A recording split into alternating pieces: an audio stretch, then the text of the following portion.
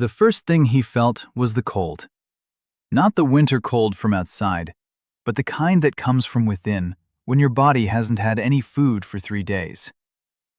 The floor beneath his back was made of clay. The walls were wattle and daub. The thatched roof was drafty in at least 3 places. He realized this without even opening his eyes, just by the smell. Rancid fat, wet wool, smoke from a hearth that hadn't been cleaned in a long time.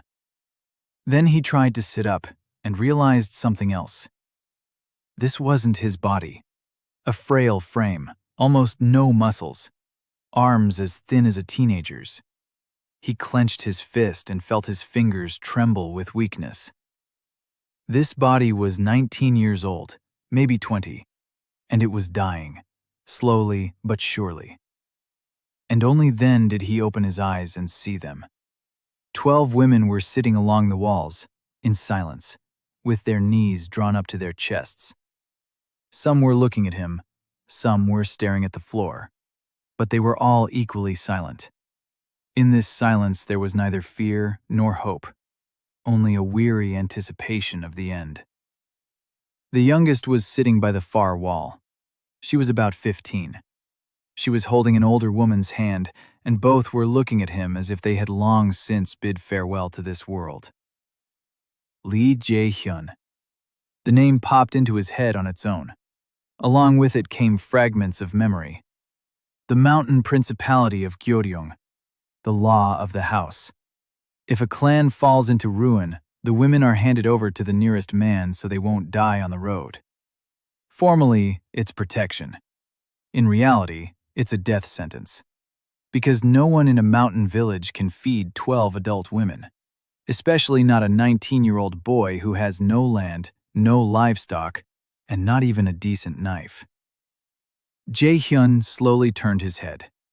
A bow stood against the wall. A poor one, made of green wood. The string was rotten. Next to it were 3 arrows with blunt tips. That was all that remained of this body's former owner. He looked at the women again. 12 pairs of eyes, 12 mouths, 12 people who would be dead in a month if he lay back down on that clay floor right now. Jae-hyun sat up. His head spun. Darkness swam before his eyes. He braced himself with his hand on the floor and waited it out. Then he stood up. His legs were unsteady. His knees were trembling. But he stood. One of the women stirred, the older one, about 30 years old. She had the calm face of someone who had seen it all and expected nothing more. She stared at him without blinking. Jae-hyun looked back at her. Then he scanned the rest of them. Then he said hoarsely, "Which one of you knows how to cook bark?" Silence. The women exchanged glances. He repeated, "I need food for 5 days. Anything. Bark, roots, acorns, whatever. Whoever knows how." The youngest raised her hand, a thin, dirty hand. She said she knew how, that her mother had taught her. Jae-hyun nodded. Then he looked at the others and said that in 5 days he would bring food. Real food. In the meantime, they had to hold out. No one answered, but no one looked away either. That was enough. He walked over to the wall and picked up a bow. The bowstring was wet and sagged like a rag. The arrowheads were worn down to a rounded shape. You couldn't even kill a hare with this. But Jae-hyun wasn't planning to hunt. Not yet, anyway. First, he needed something else. Information. He stepped out of the hut and saw this world with his new eyes for the first time. The village lay in a narrow valley between 2 mountain ridges, about 13 houses. Most were in good condition, sturdy fences, smoke rising from the chimneys, dogs in the yards. But his hut stood right on the edge. Beyond it lay a wasteland. Beyond the wasteland, the forest. Beyond the forest, the mountains. The Great Range. Even from here he could see the peaks disappearing into the clouds. The air was cold and clear. Late fall. 2 weeks until the first snow. Maybe 3. That meant he had 3 weeks to prepare for winter. 3 weeks to find a way to feed 13 people until spring. Jae-hyun went to the village well, not for water, for conversation. He knew one simple thing that every scout knows. The most valuable information isn't found at headquarters. It's found at the well, at the market, at the city gates, where people speak without thinking. He sat down on a rock by the well and began to listen. 2 women were drawing water and chatting among themselves, paying him no mind. Just a beggar boy from the outskirts. Who would be interested in him? In half an hour, he learned a great deal. Grain prices had tripled. The neighboring kingdom had cut off supplies. The Red Spears gang was stationed at the trade pass and was taking a third of every caravan's cargo. The village headman, Pak Yi-chol, was buying up the land of families who had gone bankrupt. 4 households had already passed into his hands over the past year. And one more thing. The village head's purebred hunting dog had gone missing, an expensive one, brought from the capital. They'd been searching for it for 2 weeks and couldn't find it. The village head had promised a sack of millet for its return. Jae-hyun stood up from the rock. A sack of millet.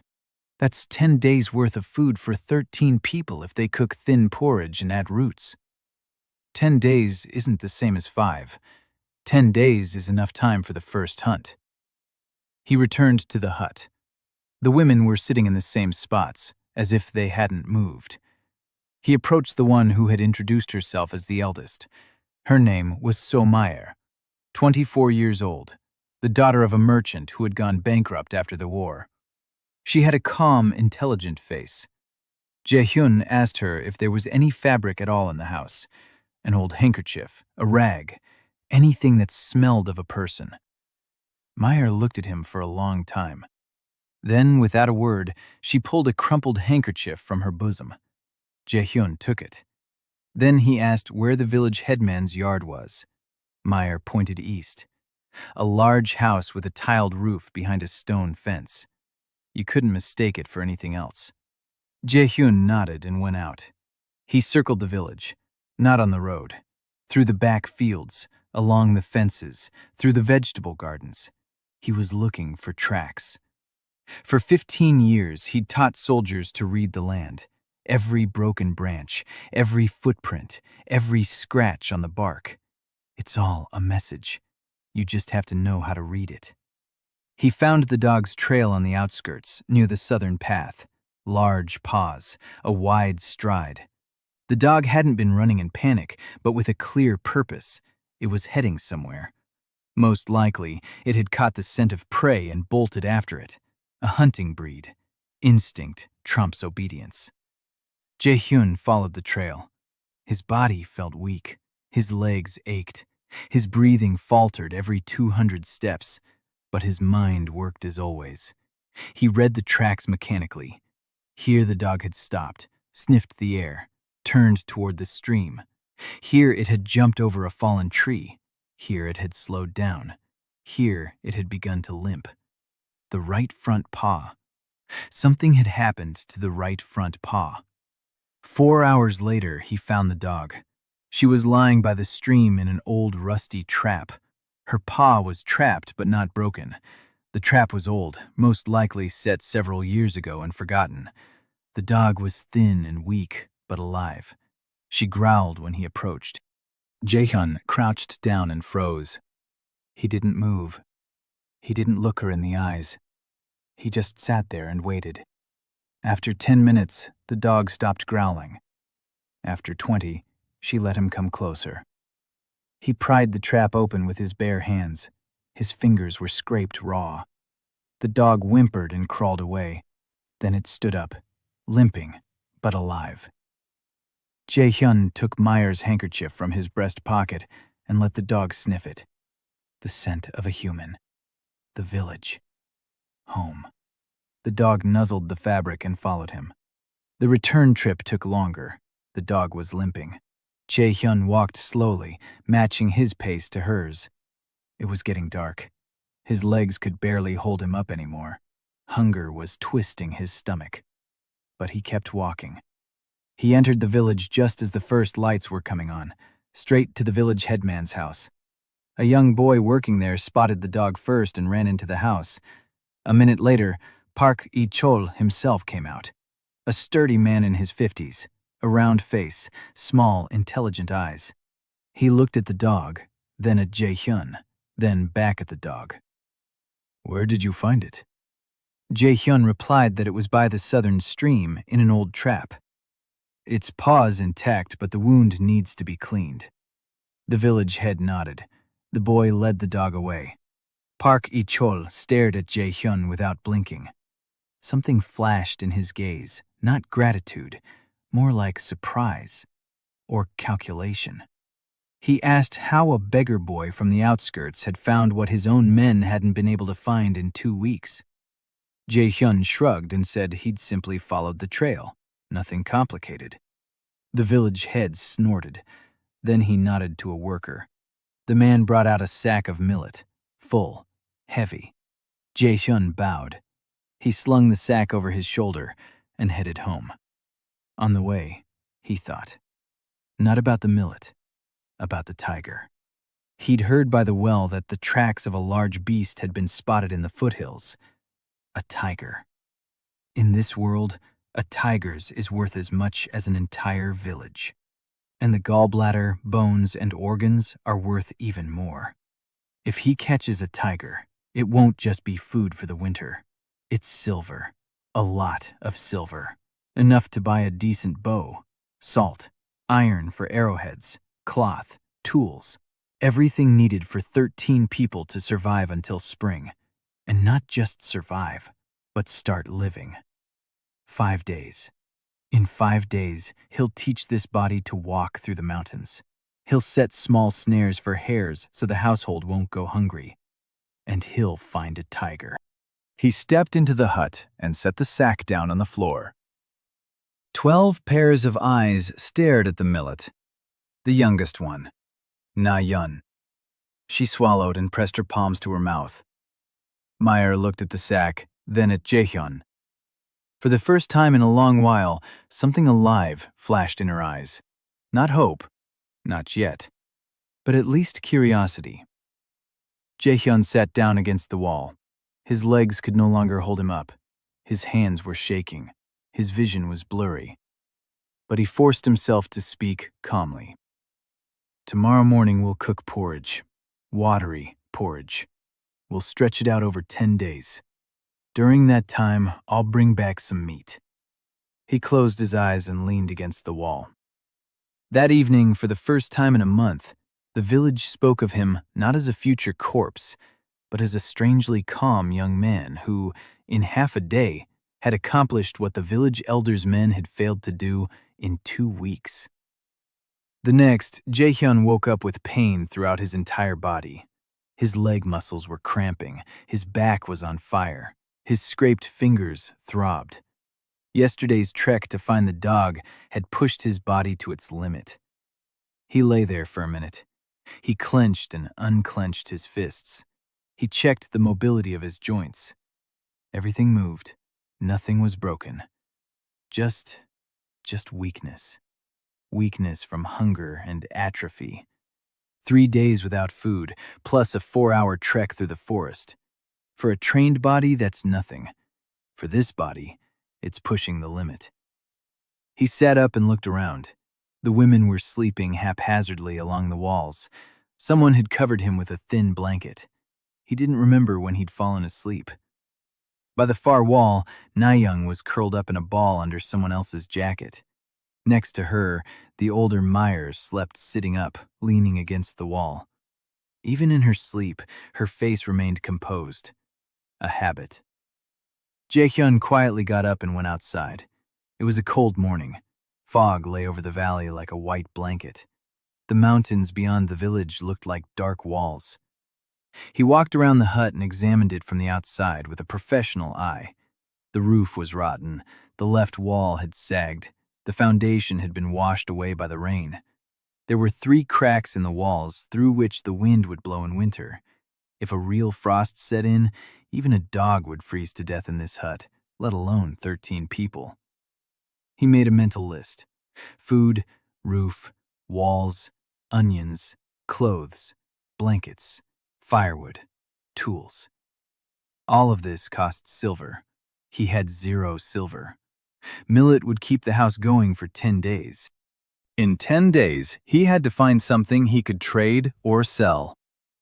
Jaehyun returned and woke Mire. He touched her shoulder. She opened her eyes instantly. She didn't flinch. She wasn't scared.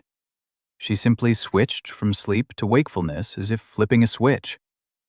That surprised him. He quietly asked how much they actually had, of things, of supplies, of anything.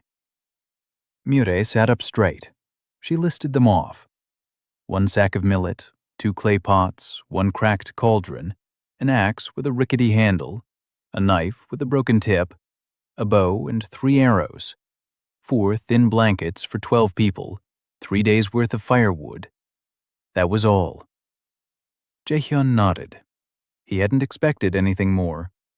Then he asked which of the women had what skills. Mure knew each one. She listed them quickly and accurately. Han Eugene, 21 years old, from a family of tanners, knows how to work with leather and hides. Quiet. Her hands are scarred. She hides them in her sleeves. Park So-yeon, 19 years old, a doctor's daughter, knows herbs, afraid to use them.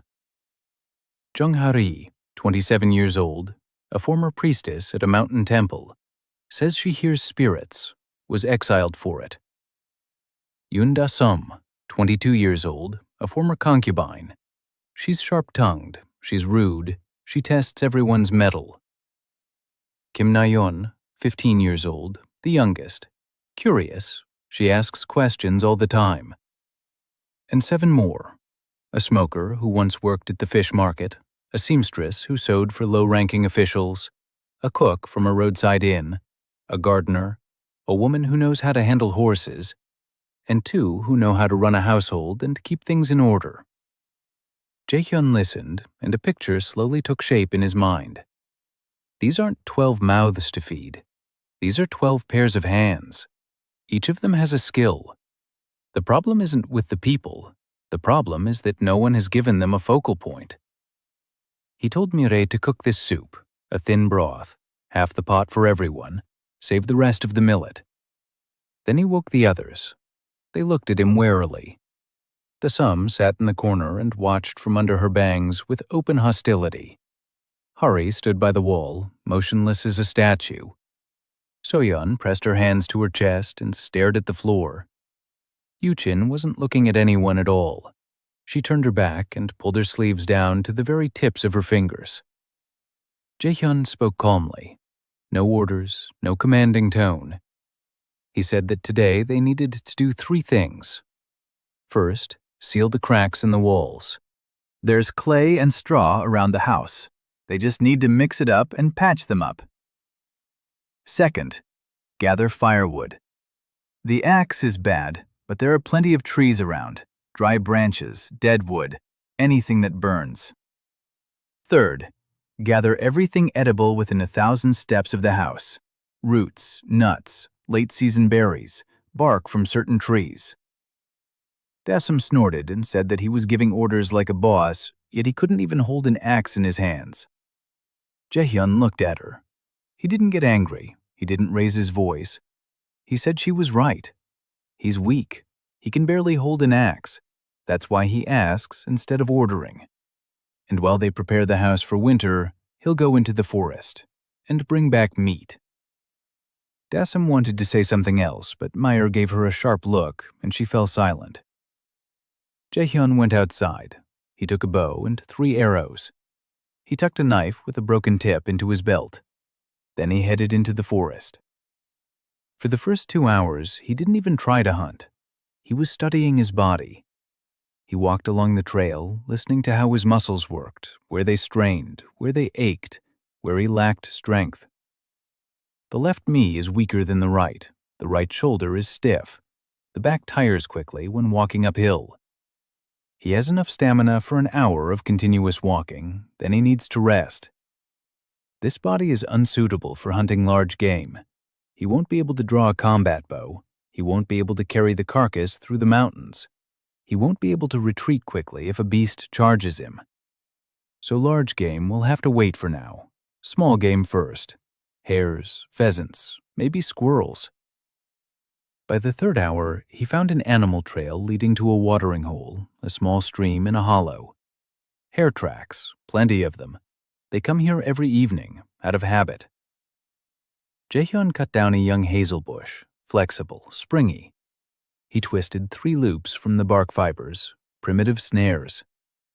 In the special forces, he taught soldiers to make these in 5 minutes out of anything. Here, it took him 20 minutes. His fingers wouldn't obey him. The knots were weak. He redid them 3 times. Then he set the snares on the trail, 3 of them 50 paces apart. He camouflaged them with leaves. He checked the tension. It was fine, not perfect, but good enough for a hare. On the way back, he gathered some wild garlic. He found a nest with 5 eggs. And he noticed something else. A track. Large, deep, 4 toes, no claws. No, with claws, retracted. Feline. He crouched down and stared at the print for a long time. A tiger.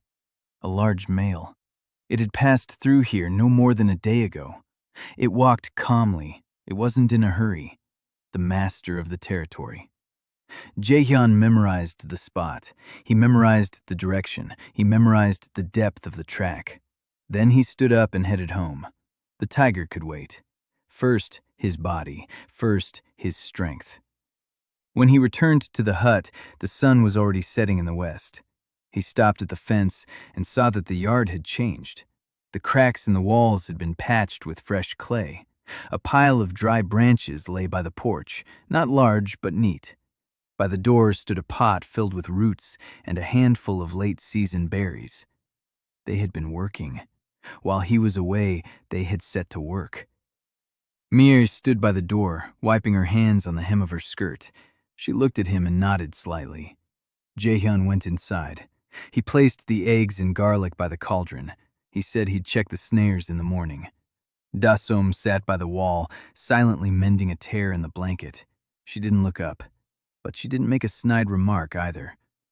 Na-yeon ran up and asked what kind of tracks he'd seen. Jae-hyun looked at her. Small, thin. Her eyes were hungry but lively. He said he'd seen hare tracks. He didn't tell anyone about the tiger. It wasn't time yet. That evening they ate porridge, watery, flavorless, but hot. 13 people gathered around a single pot. No one spoke, only the clatter of spoons against the rims of the bowls. Hari sat by the wall, slightly apart from the others, and ate slowly. She raised her head and looked at Jae-hyun. Then she said quietly that there would be fog tomorrow, a long one, until noon. It would be better to go into the forest after lunch. Jae-hyun looked at her, a former priestess of the mountain temple. She could hear the spirits of the mountains. She'd been banished for it. He nodded and said he'd go after noon. Hari lowered her eyes. Something flashed across her face. Surprise. No one had ever listened to her just like that before, without laughter, without fear, without asking questions. Jae-hyun finished his porridge and lay down. Before falling asleep, he did the math in his head. 10 days' worth of millet. If the snares work, that's another 2 or 3 hares a week, plus eggs, plus roots.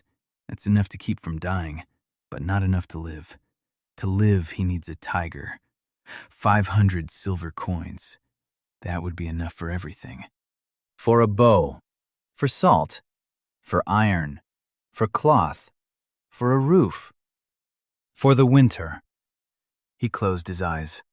Tomorrow, check the snares. The day after tomorrow, set 5 more. On the 5th day, start scouting the route to the tiger's lair. On the 7th, head out to the foothills. On the 14th, set the trap. On the 20th, kill the tiger. That was the plan. Rough, approximate, with a dozen assumptions. But it was a plan. And a plan is already more than just hope. The snares had worked. 2 hares from 3 snares. Jae-hyun removed them from the snares and examined them. Well fed. Animals put on fat before winter. Good. He brought them home and set them by the door. Na Yun was the first to rush out. Her eyes widened. She reached out to touch them, and Jae Hyun gently guided her hand away. First, the skinning, then tanning. He called for Yu Chin. She came out slowly. She looked at the hairs, then at Jae Hyun. He said he needed her help. She knows how to work with hides. He knows how to skin them, but his hands aren't fit for delicate work right now. Yu Chin looked at her palms, scorched, rough. Scars from old burns stretched from her wrists to her elbows. She instinctively pulled her sleeves down. Jae Hyun didn't look at her hands. He looked into her eyes. Then he said he didn't care what her hands looked like. What mattered to him was what they could do. Yu Jin was silent for 3 seconds. Then she sat down next to him and picked up the knife. She skinned the animal in silence. Her movements were precise, economical. Not a single unnecessary cut. She removed the hide in one piece without a single holes. She carefully separated the meat from the bones. Jae Hyun watched and took it all in. She was a master, a true one. Her hands remembered what her mind was trying to forget. When she finished, Jae Hyun said it was the best skinning he'd ever seen. Yu Jin didn't say anything, but the tips of her ears turned red. Over the next 5 days, Jae Hyun established a routine. In the morning, he checked the snares. He set new ones. Gradually, he increased the number to 10. Hares and pheasants were caught every other day, not many, but consistently. In the afternoon, he went into the forest, further each time, higher each time. His body was getting used to it. His legs were steadier. He lost his breath less often. He forced himself to climb the slopes, to descend over the rocks, to do squats, to pull himself up, to do push-ups against fallen tree trunks. For 15 years, he'd trained soldiers, and he knew one thing. You can rebuild your body in a month if you feed it right and exercise it steadily. He didn't have a month, but he could squeeze out 2 weeks. At the same time, he studied the forest, every tree, every trail, every stream. He mapped it out in his head. Here's a watering hole, here's an animal crossing. Here was a cliff beyond which a large predator's territory began. He came across tiger tracks again and again. The beast followed the same route every 3 or 4 days. From its den in the rocks, through the fur-covered ravine to the stream and back. Predictable. The tiger wasn't afraid of people. It simply hadn't encountered anyone here crazy enough to climb this high. Things had been changing at home during those days too. Slowly, but they were changing. Meyer took charge of the daily routine. She assigned duties without Jae Hyun's orders. She simply started, and the others followed suit. Yu Chin was processing the hare skins, silently, patiently. She soaked them in the stream, kneaded them with her hands, scraped them with a knife shard. A week later, from the first skins, she sewed a lining for Na-yeon's blanket. The girl hugged it close and wouldn't let go all evening. So-yeon began venturing beyond the outskirts to gather herbs. She knew every stalk, every root, every leaf. But she did it on the sly, as if she were embarrassed, as if she were afraid that someone would see her and say she was playing doctor again. Jae Hyun noticed and said nothing. It was still too early. Desum remained silent and prickly as ever. When Jae Hyun addressed to her directly, she answered curtly and through clenched teeth. When he turned away, she did what needed to be done, quickly and well. She mended clothes so that the seams were invisible, but she refused to accept his gratitude. Jae Hyun didn't press her. He knew this type. He'd seen people like that in the barracks, people who'd been broken down for so long that any kindness seemed like a trap to them. They needed time, a lot of time, and not a single deception during that time. On the 7th day, Jae Hyun gathered everyone around the fire that evening. He said he was heading into the mountains tomorrow on a reconnaissance mission. For 2 days. He'd be back on the 3rd. Silence. Na-yeon clung to the hem of his sleeve. Meyer asked where exactly.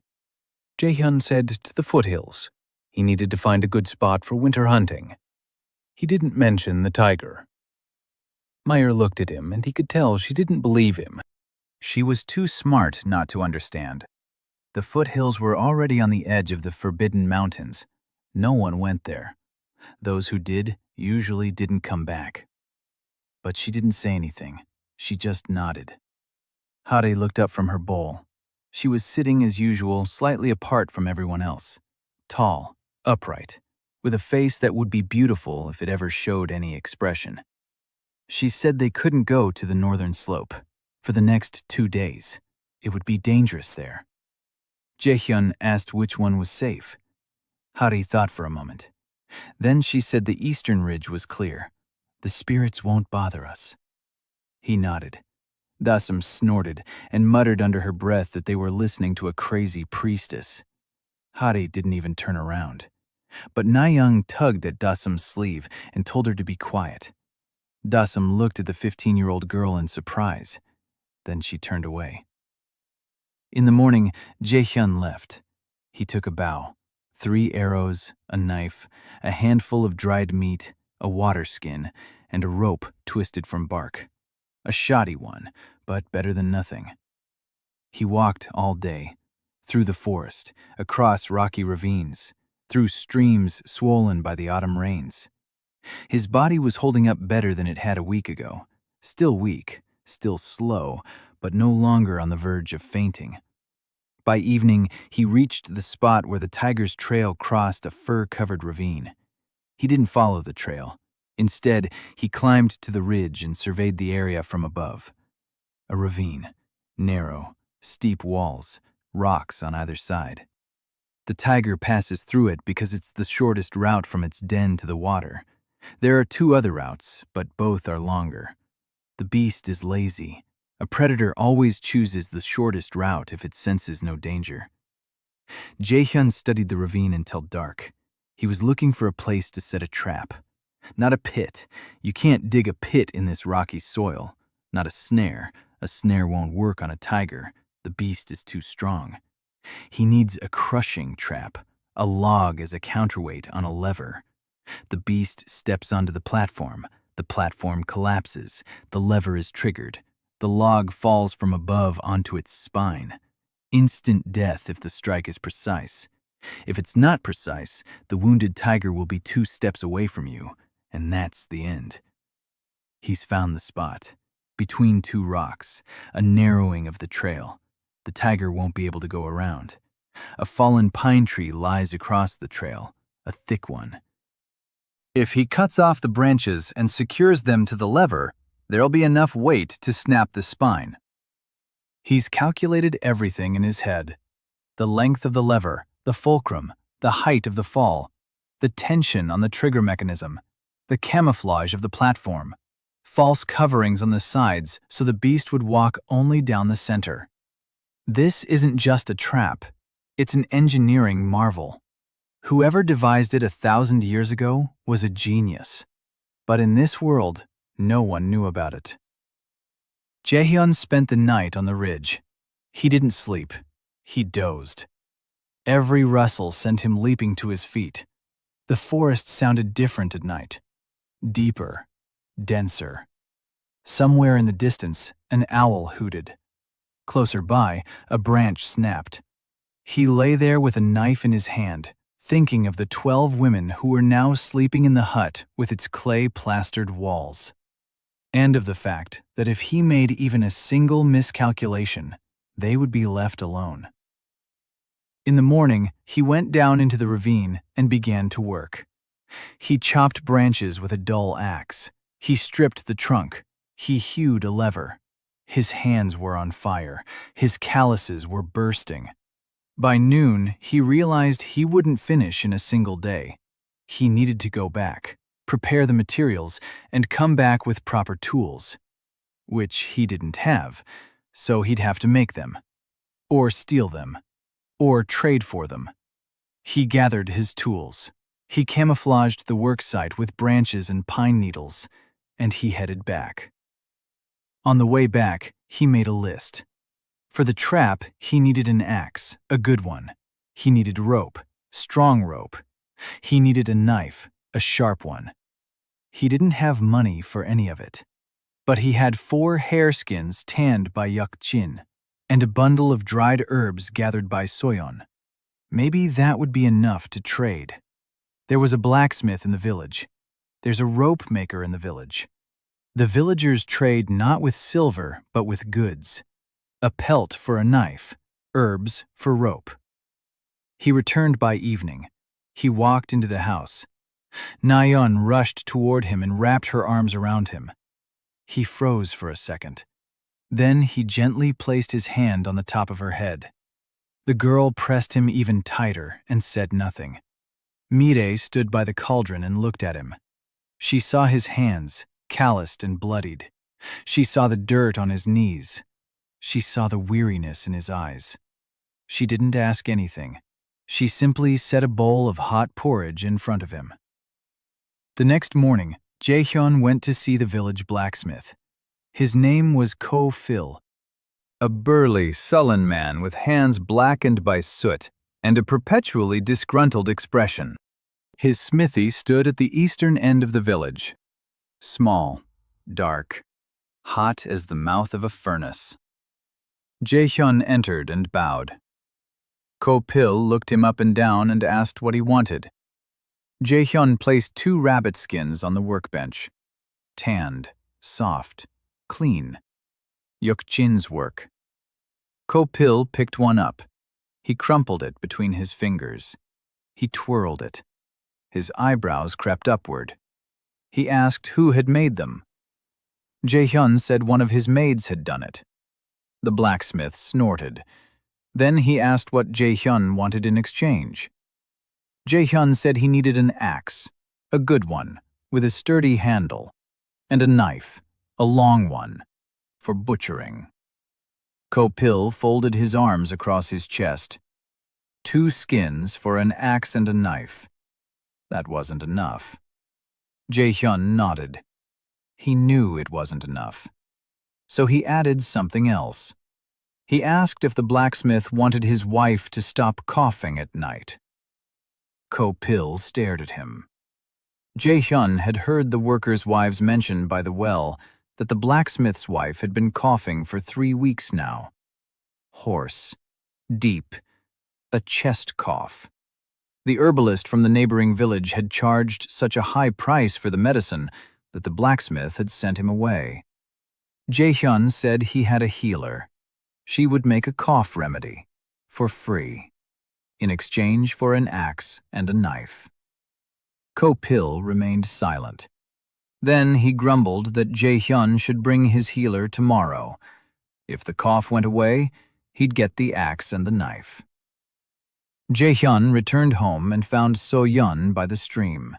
She was washing rags and humming quietly. When she saw Jaehyun, she stopped humming and tensed up. He sat down on a rock nearby and said he needed her help. The blacksmith's wife had a chest cough. It had been going on for 3 weeks. What could she do? Soyeon froze. Her hands were in the water. Her eyes froze. She said she couldn't, that she wasn't a doctor, that her father had been a doctor and had died from the very same illness he'd been treating. What if she made a mistake? What if it got worse? What if... Jaehyun waited for her to finish. Then he asked, "A chest cough? 3 weeks, no blood. What is it?" Soyeon answered automatically. Congestion in the lungs. Most likely she caught a chill. She needs a decoction of coltsfoot and licorice root. A warm drink 3 times a day. Rub her chest with fat. It'll go away in a week. Jaehyun nodded. Then he said, "So there you have it. She's answered. She knows. She's capable. She's just afraid. But if she doesn't help the blacksmith's wife, they won't get the tools. And without tools, he won't be able to hunt. And without hunting, they'll all starve to death by midwinter." He said this without pressure, without a threat, just as a fact. Soyeon was silent for a long time. Then she pulled her hands out of the water. Then she said she needed coltsfoot, licorice root, and hair fat. She'd seen colt's foot by the southern trail. Licorice root grows on the rocky slope behind the village. They have fat from those two hairs. Jae-hyun said they would go gather the herbs together. So-yeon looked at him in surprise. He said that if it made her feel more at ease, he would stay by her side, and if anything went wrong, he'd be the first to try the medicine. They agreed. A faint smile flitted across her face, the first one in a long time. They went to gather herbs together. In the forest, So-yeon was transformed. She moved with confidence, precisely. She bent down to examine the roots, she scrutinized the leaves, she sniffed the stems. Here she was at home. Here she knew every step. Jae-hyun walked beside her in silence. He only asked questions occasionally. What kind of root is this? And what kind of plant is this leaf from? And if you dry this bark, does it cure a fever or not? At first, So-yeon answered briefly, then she gave longer answers. Eventually, she began to point things out and explain them herself. By the end of the day, they had everything they needed, plus a dozen more bundles of herbs that So-yeon had gathered simply because they happened to be there and it would have been a shame to throw them away. That evening, she prepared a decoction. Her hands were no longer trembling.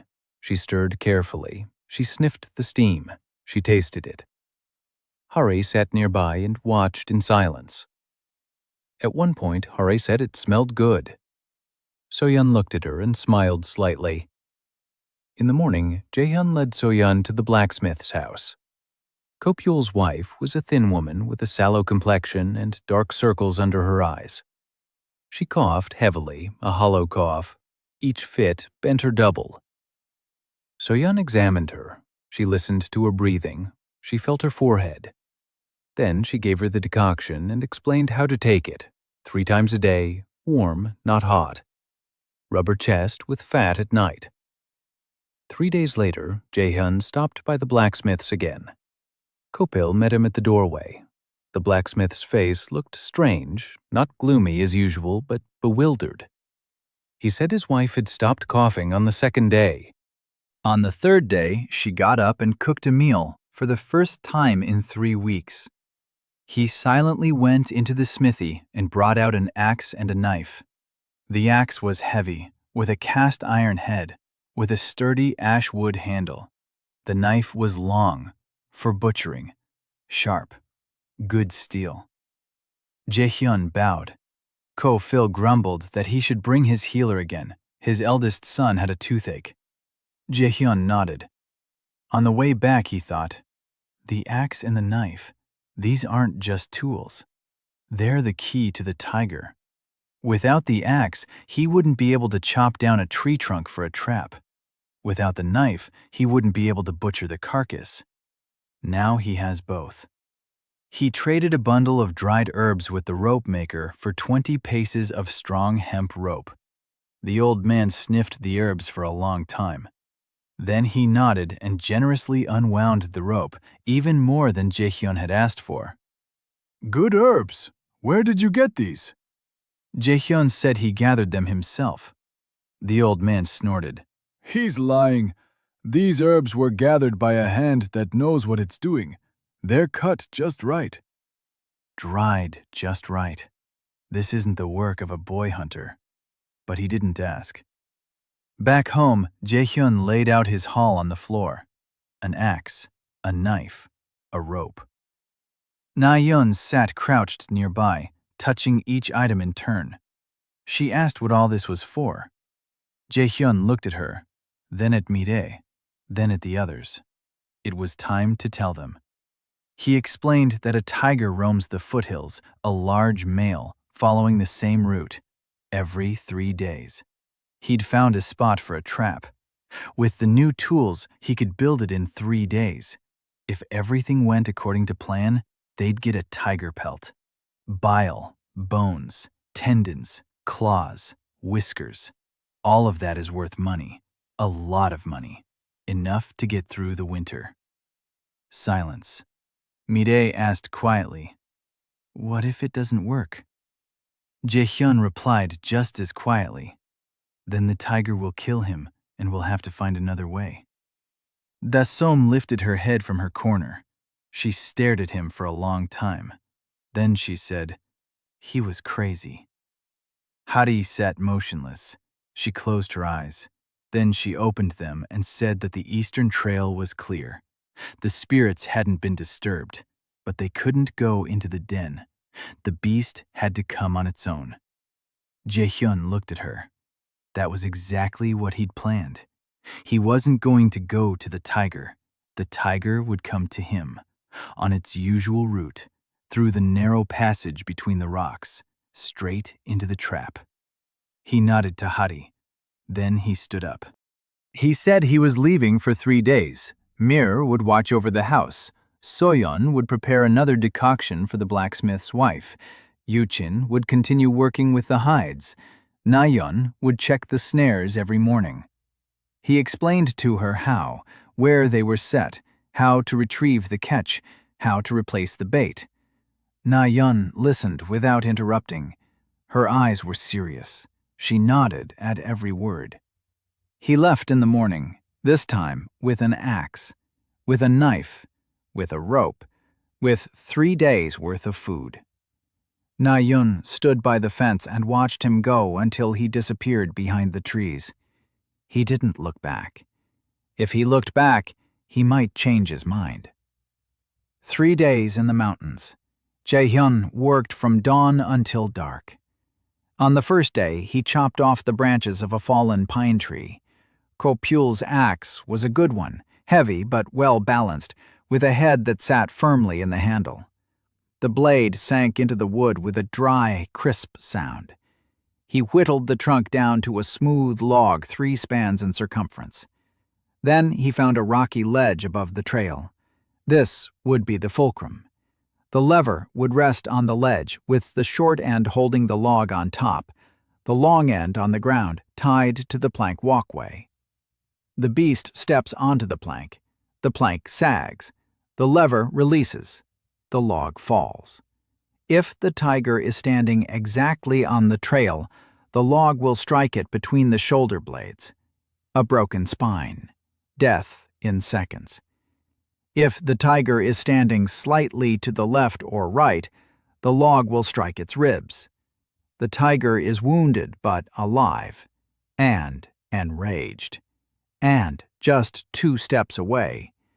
So the tiger must not stand to the left or to the right. It must stand exactly in the center. To achieve this, guide walls are needed. Jaehyun chopped down some poles and drove them into the ground on either side of the trail. He created a corridor 2 steps wide. The tiger won't be able to go around it. It won't be able to press itself against the wall. Only forward, down the center. But the tiger might sense the trap.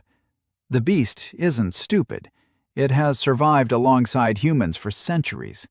The smell of freshly cut wood, the smell of human sweat, the smell of rope. All of this is a danger signal.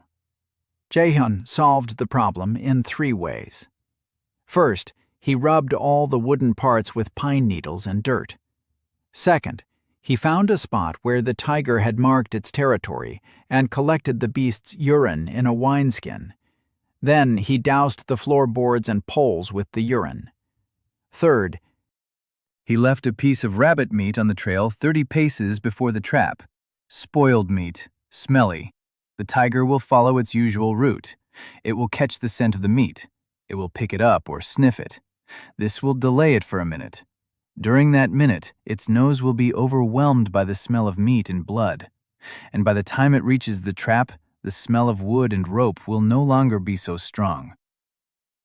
On the second day, he assembled the trigger mechanism. This was the most delicate part of the work. 3 poles tied together with rope. 2 stand vertically. 1 lies horizontally like a crossbar. A rope from the lever is tied to the crossbar. The platform rests on the crossbar. The beast steps on it. The crossbar bends. The vertical poles move apart. The rope tightens. The lever is released. The log falls. He tested the mechanism 6 times. The first 3 times something got stuck. The rope snagged. The poles wouldn't move apart. He trimmed it down. He retied it. He adjusted the angle. On the 4th try, the mechanism worked flawlessly. The log fell right onto the trail. The impact was so strong that the ground shook beneath his feet. Rocks rained down from the walls of the ravine. If this hits a tiger's spine, nothing will remain of its backbone. He lifted the log back. He secured the lever. He raised the platform. He camouflaged everything with leaves and pine needles. Then he stepped back 20 paces and looked at the trap through the eyes of a beast. The trail, rocks on either side, guide poles, the platform, nothing suspicious. The scent of tiger urine on the poles, the scent of the forest, the scent of the earth. The tiger wouldn't have noticed it itself. On the 3rd day, he didn't leave. He sat on the ridge above the ravine and waited. He watched the trail. He watched the direction of the wind. The tiger didn't come. It's too early. According to his calculations, the beast would pass through here in a day, maybe in 2. Jae-hyun climbed down and headed toward the house. On the way back, he stopped on the slope and looked down at the village from above. Small, gray, smoke rising from the chimneys. His hut at the very edge, a dark speck. From here, he could see a small figure by the fence, Na-yeon, waiting. He arrived at sunset. Na-yeon was indeed standing by the fence. She saw him from a distance and ran to meet him. But she didn't hug him. She stopped 3 steps away, serious, composed. She said the snares were working. 2 hares yesterday, 1 today. She caught them herself. Just as he'd shown her, Mir made a stew. Yoo-jin processed the hides. Everything went according to plan. Then she said that Soyeon had gone to see the blacksmith, specifically his eldest son. The boy had a toothache. Soyeon examined it and said the tooth was rotten and needed to be pulled. The blacksmith's son turned pale and refused. Soyeon calmly said that in a week his whole cheek would swell up and fill with pus. The blacksmith's son sat down and opened his mouth. Soyeon pulled out the tooth, cleanly, quickly. She rinsed the area with an herbal infusion. She applied an herbal compress. The boy didn't even have time to scream. Ko Pil stood nearby and watched. Then, without a word, he brought Soyeon a bundle of iron arrowheads, 8 of them, good ones, sharp ones. She hadn't asked for them. He brought them on his own. Jae-hyun listened and nodded. He felt warm inside, not from the food, not from the fire, from the fact that while he was away, the household hadn't come to a standstill. The household was functioning. Everyone was doing their part, without orders, without shouting, simply because now everyone had a task. He walked into the hut. Everyone was inside. Dinner. A hot stew with rabbit meat and root vegetables. Thick, not watery porridge, but a proper meal. Yoo-jin was serving it in silence. Her sleeves were rolled up to her elbows. She didn't notice. Or maybe she did, but chose not to roll them down. Ji-hyun didn't look at her hands. He took a bowl and began to eat. Da-som sat across from him. She ate and looked at him from under her brows. Then she said that while he was away, a man from the village head had come by. He asked where Ji-hyun went in the mountains and why. Mir replied that he went to gather firewood. The man nodded and left. But Da-som saw him standing at the edge of the forest for a long time afterward, staring at the trail. Ji-hyun stopped chewing. The village headman, Park E-chol, a shrewd, greedy, business-minded man who has kept the village in an iron grip for 20 years. He watches. He calculates. He's already figured out how much land will fall to him after the death of that poor guy with the women. And instead of dying, the poor guy started bringing back the spoils, treating people, trading goods, and going into the mountains. This worries the village head.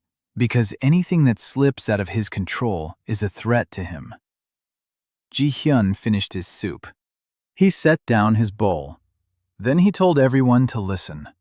If anyone asks where he's going, there's only one answer. For firewood, for kindling, for mushrooms. It doesn't matter what exactly. The main thing is that everyone says the same thing. Meyer nodded. She was the first to understand. Daesum looked at him, a strange expression on her face.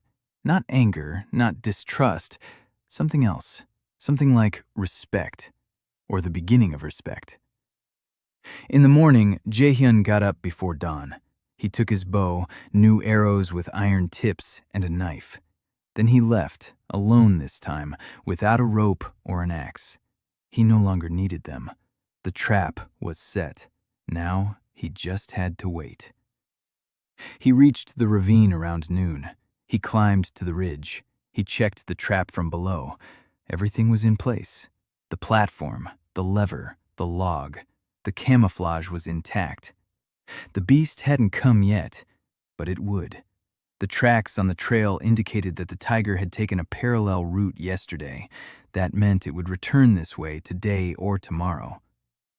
Jaehyun took up a position on a rock 40 paces from the trap, higher up the slope, on the leeward side. From here he could see the entire trail. If the trap worked, he would climb down and finish off the beast. If it didn't work, he would retreat along the ridge. The tiger wouldn't be able to reach him. The bow was needed only as a last resort. He knew that with these hands he couldn't draw the bowstring tight enough to pierce the tiger's hide. But if the beast was wounded and lying down, then with 5 paces, an arrow with an iron tip would pierce its eye. That would be enough. He waited. An hour. 2. 3. The sun crept across the sky. The shadows grew longer. The wind rustled through the forest. Birds sang. Then the birds fell silent. Jaehyun froze. When the birds fall silent, it means someone is coming. Someone big. He saw it a minute later. The tiger emerged from behind a rock at the far end of the ravine. Huge, red, striped. It walked slowly, confidently, like a master. Each step was heavy and soft at the same time. Its head was low. Its tail swayed from side to side. Jaehyun held his breath. The beast was 50 paces from the trap. It stopped, lowered its head. It could smell the meat, rabbit meat, spoiled. It approached, sniffed, nudged it with a paw, didn't eat it, snorted in disgust, but stood there for a while. 10 seconds, 20. Its nose filled with the smell of blood and rot. Then it moved on, along the trail, past the guide poles, between the rocks, right down the center, just as Jaehyun had calculated. 3 steps to the plank, 2, 1. His right front paw stepped onto the plank, then his left. The beast walked without stopping, confidently, calmly. The plank sagged, the crossbar slid, the vertical poles parted, the rope tightened. A click. The lever was triggered. The log fell. The sound was like a clap of thunder, heavy, damp, deafening. The ground shook. A cloud of dust rose. Stones rained down from the walls. The tiger lay on the path. The log had struck it right between the shoulder blades. Spine. The beast twitched once, twice. Then it went still. Its paws were still scraping against the rocks. Its claws left furrows in the ground. Then they, too, stopped. Jaehyun sat on the rock, motionless. His hands were shaking. His knees were knocking together. His heart was pounding so hard it felt like it would leap out of his chest. He sat like that for about 5 minutes. Then he slowly stood up. He made his way down the slope. He approached the tiger. The beast was dead. Its eyes were open, glassy. Its mouth was slightly ajar. Its fangs were as long as a finger. Its fur was smooth and thick. Winter fur. Perfect. Jae-hyun walked around the carcass. He examined it. On the left shoulder blade, he noticed a scar, an old one, long since scarred over. A long, even cut. Not from the beast's claws, not from a rock. It was the mark of a blade. Fine, precise, ceremonial. Jae-hyun ran his finger along the scar. He looked closely. A barely visible pattern remained on the skin, like a brand. He didn't know what it meant, but he remembered it. Then he sat down next to the tiger and took out his knife. His hands were still trembling. He waited until they settled down. Then he began to work. He skinned the tiger for 5 hours, carefully, methodically, just as he'd been taught, just as he'd taught his soldiers.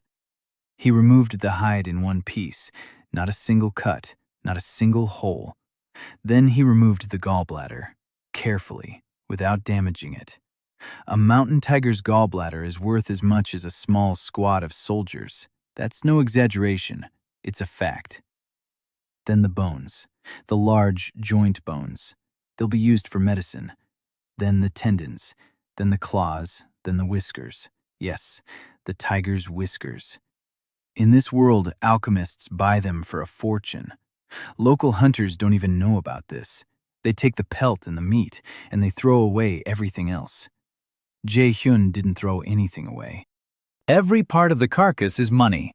Every organ is a commodity. Every bone is silver. He finished by evening. Meat, pelt, bile, bones, tendons, claws, whiskers, teeth. Everything was neatly wrapped. Everything was stacked on homemade sleds made of poles and rope. He was drenched in sweat and blood. His arms ached. His back was on fire. But his eyes were calm. Jae-hyun tied the sleds to himself and dragged them along. Down the trail, across the ravine, down the slope, through the forest. He dragged them all night. He stopped every 200 steps. He rested. He drank water from the stream. Then he dragged them again. His body wasn't built for such a load, but he dragged them on, because he had no choice. By dawn, he emerged from the forest. The village lay below, smoke rising from the chimneys. People were already awake. He walked along the path toward the village, dragging the sleds behind him. A young shepherd boy was the first to see him. He froze, dropped his stop, ran into the village. 10 minutes later, the entire village was gathered at the edge of the village, in silence. They watched as a thin young man in tattered clothes dragged the carcass and pelt of a mountain tiger through the mud. No one said a word. They just watched. Jae-hyun didn't look at them. He walked toward his hut, step by step. All 12 of them stood by the fence. Meyer, Yuchin, Soyeon, Hari, Dasom, Nayeon, and the rest. Everyone. They looked at the tiger pelt, at the bones, at the bundles of organs, at his hands covered in blood and mud, at his face gray with exhaustion. Nayeon stepped forward. Her eyes were huge. She didn't say a word. She just walked over and stood beside him. Jae-hyun lowered the rope of the drag. He straightened up. He looked at Meyer. Then he said one word. Count. Meyer looked at the pelt, then at the bile, then at the bones and claws and whiskers and teeth. Her lips moved. She counted silently. Then her eyes widened. She looked at Jae-hyun, and for the first time ever, he saw more than just curiosity in her gaze. Hope. Real hope. Meyer counted all day. She laid out the spoils on a mat in the middle of the hut and walked around it like a market vendor. The pelt, the gallbladder, the bones, the claws, the whiskers, the teeth, the tendons, the meat. She knew the prices. Her father had taught her before he went bankrupt and died. A mountain tiger pelt with a winter coat, without a single cut, That's 300 silver at the very least. If sold to the right buyer, 400. Mountain tiger bile, whole, undamaged. The alchemists in the county capital will pay 100 silver for it without haggling. Bones, large joint bones. Doctors buy them for tinctures. 30 silver coins per set. Claws, whiskers, teeth, tendons. Another 50 if you know who to take them to. Meyer looked at Jae-hyun and said quietly, "If we sell everything in parts to different buyers, it'll be no less than 500 silver, maybe more." 500 silver. The hut fell silent. Na-yun sat with her mouth agape. Yuchin froze with a piece of hide in her hands. Even Da-som turned around and stared without blinking. 500 silver coins is a village. An entire village, with houses, land, and livestock. Jae-hyun nodded. Then he said they shouldn't sell it here. Not in the village. In the village, a middleman would offer a third of the price and tell the village head. They need to go to the county seat. The market there is bigger, the buyers are richer, and the village head doesn't control every move. Meyer thought for a moment. She said the county seat was a 2-day journey, over the pass, and at the pass were the Red Spears. Jae-hyun already knew about them, a gang that takes a third of every caravan's cargo. If they see the tiger pelt, they'll take everything, and we'll be lucky if it's just the pelt. He thought for 3 minutes. Then he said he wouldn't go through the pass. There's a bypass trail, through the gorge. It takes half a day longer, but the Red Spears aren't stationed there because the trail is narrow and a caravan can't pass through. A lone traveler with a pack sack could make it through. Meyer asked how he knew about the bypass trail. Jae-hyun replied that he'd seen it from the ridge when he was setting the trap. He was lying. He hadn't seen it. He'd miscalculated. Every trade pass in the mountains has bypass trails. Smugglers have been using them for centuries. You just need to find a stream flowing in the right direction and follow it. Water always finds a way through the mountains. He asked Meyer to gather the goods for sale, to separate them into parts. The hides separately, the meat separately, the bones separately, the offal separately. Each part would be sold to a different buyer. That way, they'd get the highest price and wouldn't attract attention with a single large transaction. Meyer nodded. Her eyes sparkled, not from tears, but from excitement. She was a merchant's daughter. And for the first time in years, she was allowed to count not the days until her death, but the days. Jae-hyun turned to Yoo-jin. He said the hide needed to be tanned before sale. A fresh hide was worth 300. One tanned properly was worth 450. Yoo-jin looked at the hide, then at her hands, then at Jae-hyun. She said she needed oak bark, a lot of it, and salt, and time. At least 4 days. Jae-hyun said he would get the salt. Na-yun would gather the oak bark in the forest. Yoo-jin would do the work. And during those 4 days, he would prepare the route to the county seat. The 4 days passed quickly. Yoo-jin worked from dawn to dusk. She soaked the hide in a solution of oak bark. She scraped the flesh off the skin. She kneaded it with her hands. She stretched it on a frame made of poles. Her sunburned hands moved precisely and confidently.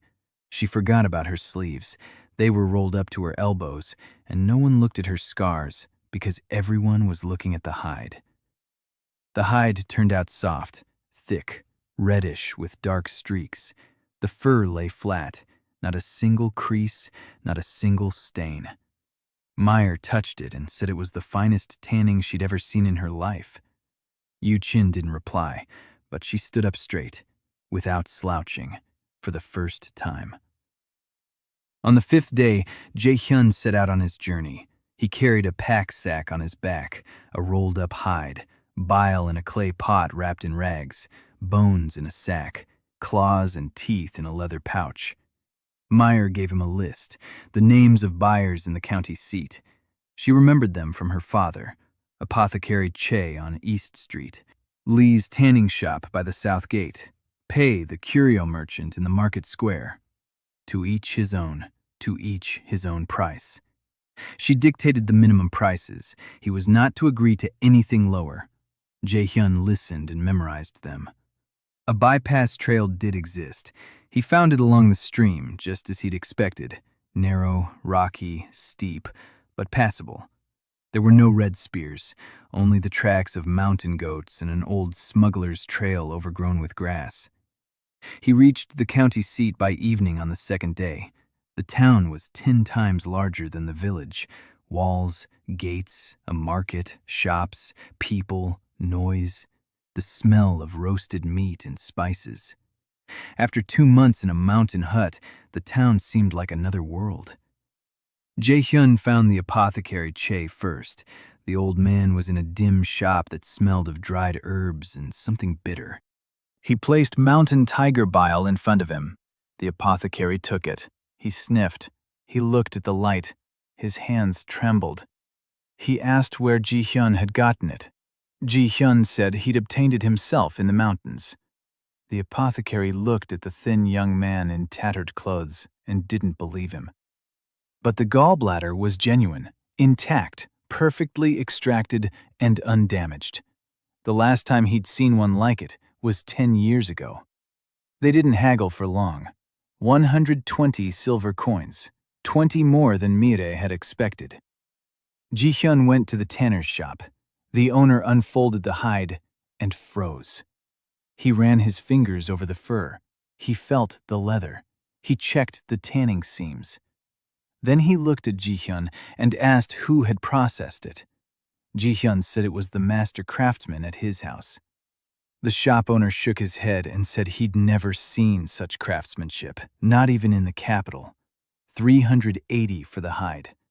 Ji-hyun recalled Mire's figure. She'd said 450 for a processed one. He shook his head. 450. The shopkeeper haggled. Ji-hyun stood calmly. He wasn't nervous. He didn't fidget. He knew the pelt was worth that much, and the shopkeeper knew it too. 430, the final price. Ji-hyun thought for a second. Then he agreed. Bones, claws, teeth, whiskers, tendons. Everything went to Pei, the curio dealer, a chubby, cheerful man who sold everything from amulets to dried snakes. He paid 60 silver coins and said that if Ji-hyun had any more, he'd buy them without haggling. Ji-hyun nodded and left. Total, 610 silver coins, 110 more than Mire had expected. He stood in the market square with a bag of silver tucked under his arm and smiled for the first time in 2 months. Then he stopped smiling and began to count. A battle bow, 30 silver coins. Spare bowstrings, 5. Salt, 2 bags, 10. Iron, arrowheads, 20. Cloth, warm, enough for 12 jackets, 50. Tools, saws, drills, planes, 40. Grain, rice and millet, enough for 3 months, 60. Blankets, warm ones, 12 of them, 30. A new kettle, no cracks, 15. He shopped until evening, methodically, according to the list, without any extras. He checked every purchase. He haggled over every price. At the end of the day, he had 350 silver coins left. The rest had gone toward necessities. He hid the 350 silver coins in 2 pouches. One tucked under his shirt. The second in a secret pocket he'd sewn from a scrap of fabric right there at the market. The return trip took 2 days.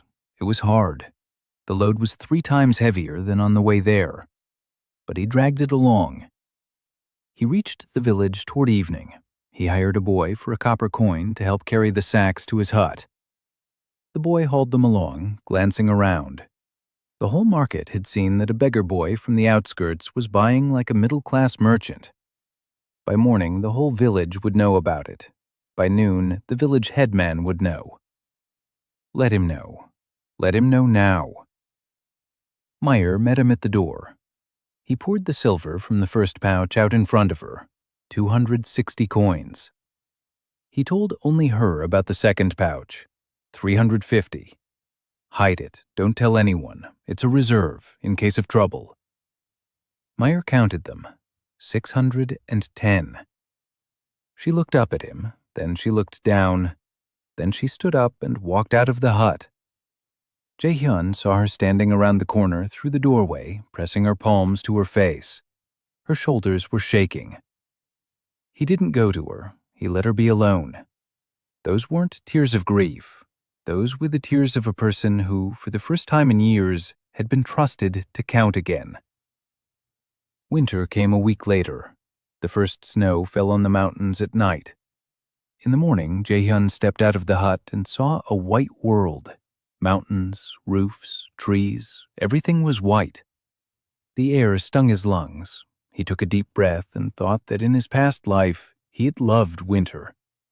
Here, winter meant something else. Here, winter kills. But he was ready. He had accomplished a great deal in the days leading up to this. A new bow hung on the wall, a war bow made of elm and taut.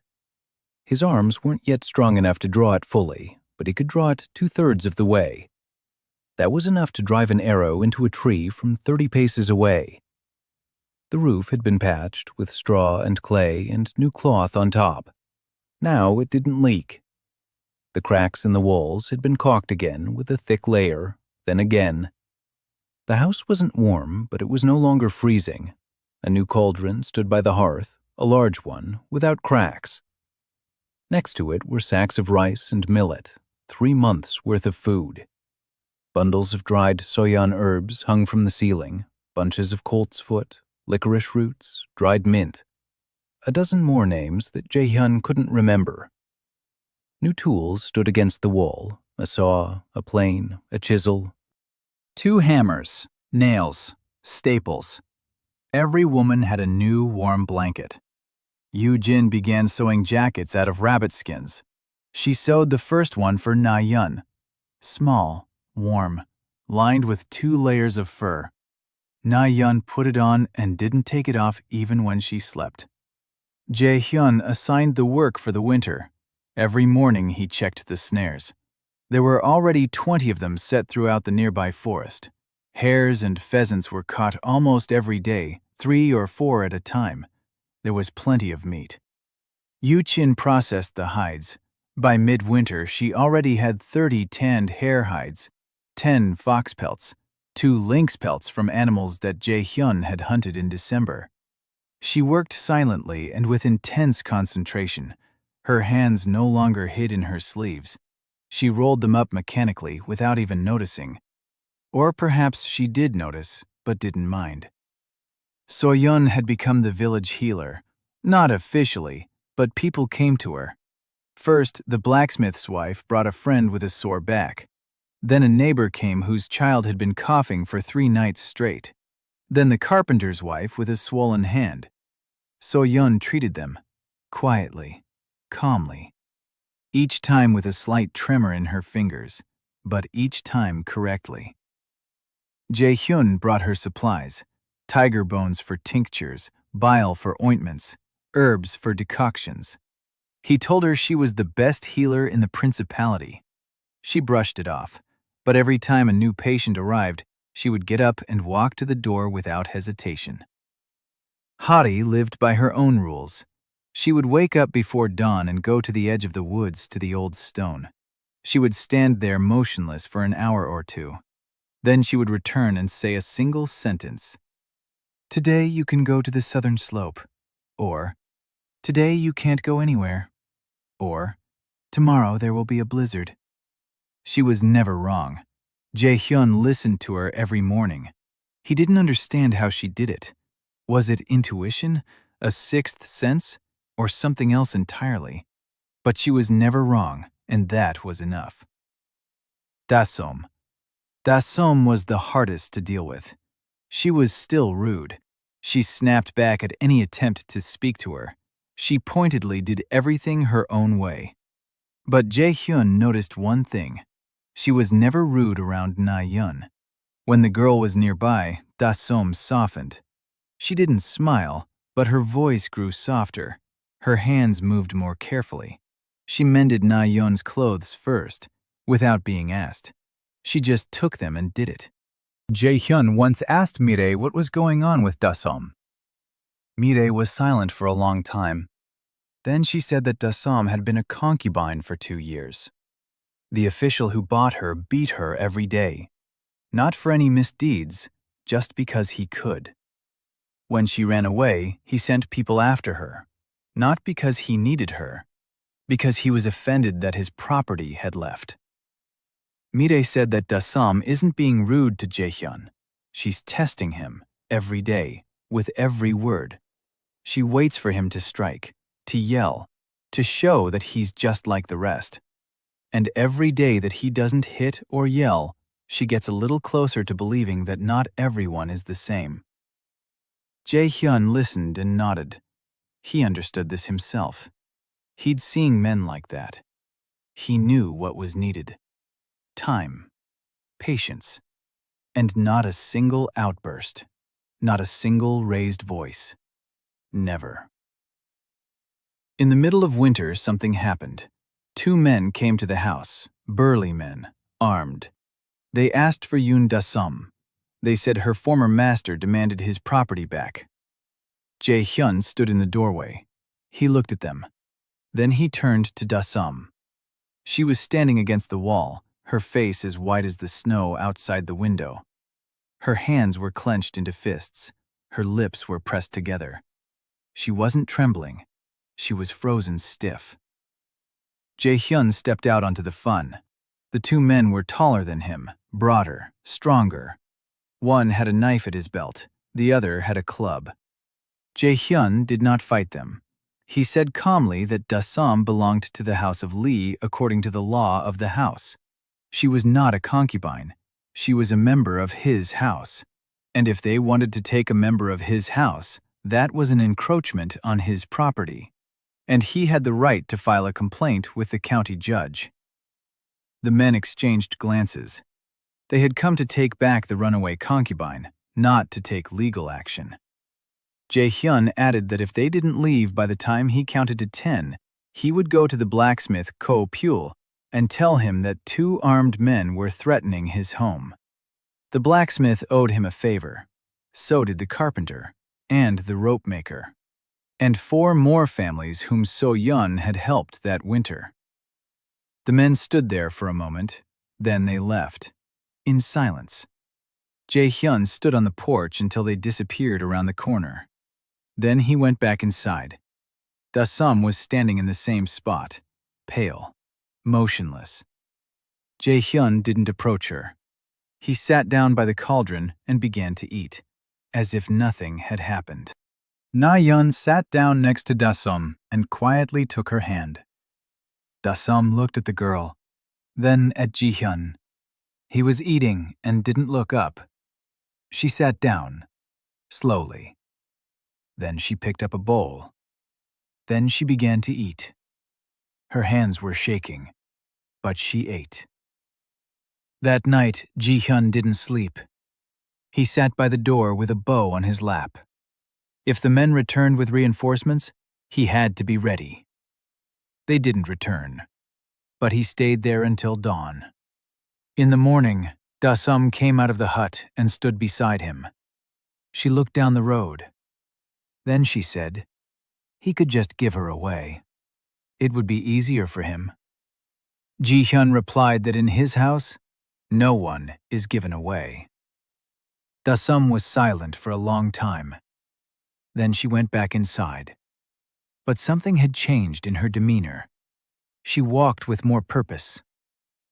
By the end of winter, the Lee household had changed.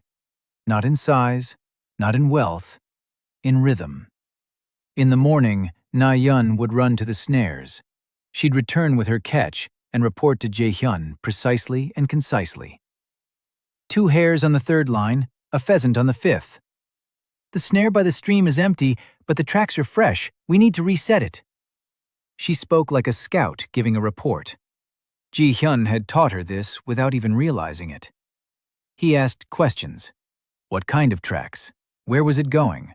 When was it there? Na Yun answered with increasing precision. She was learning to read the forest, quickly, eagerly. Within a month, she could tell a hare's track from a fox's from 20 paces away. After 2 months, she could determine the freshness of a track by its depth and moisture. After 3 months, Ji-hyun sent her alone to check the distance snares, and she returned not only with game, but also with news. On the northern slope, there were wolverine tracks, a large one.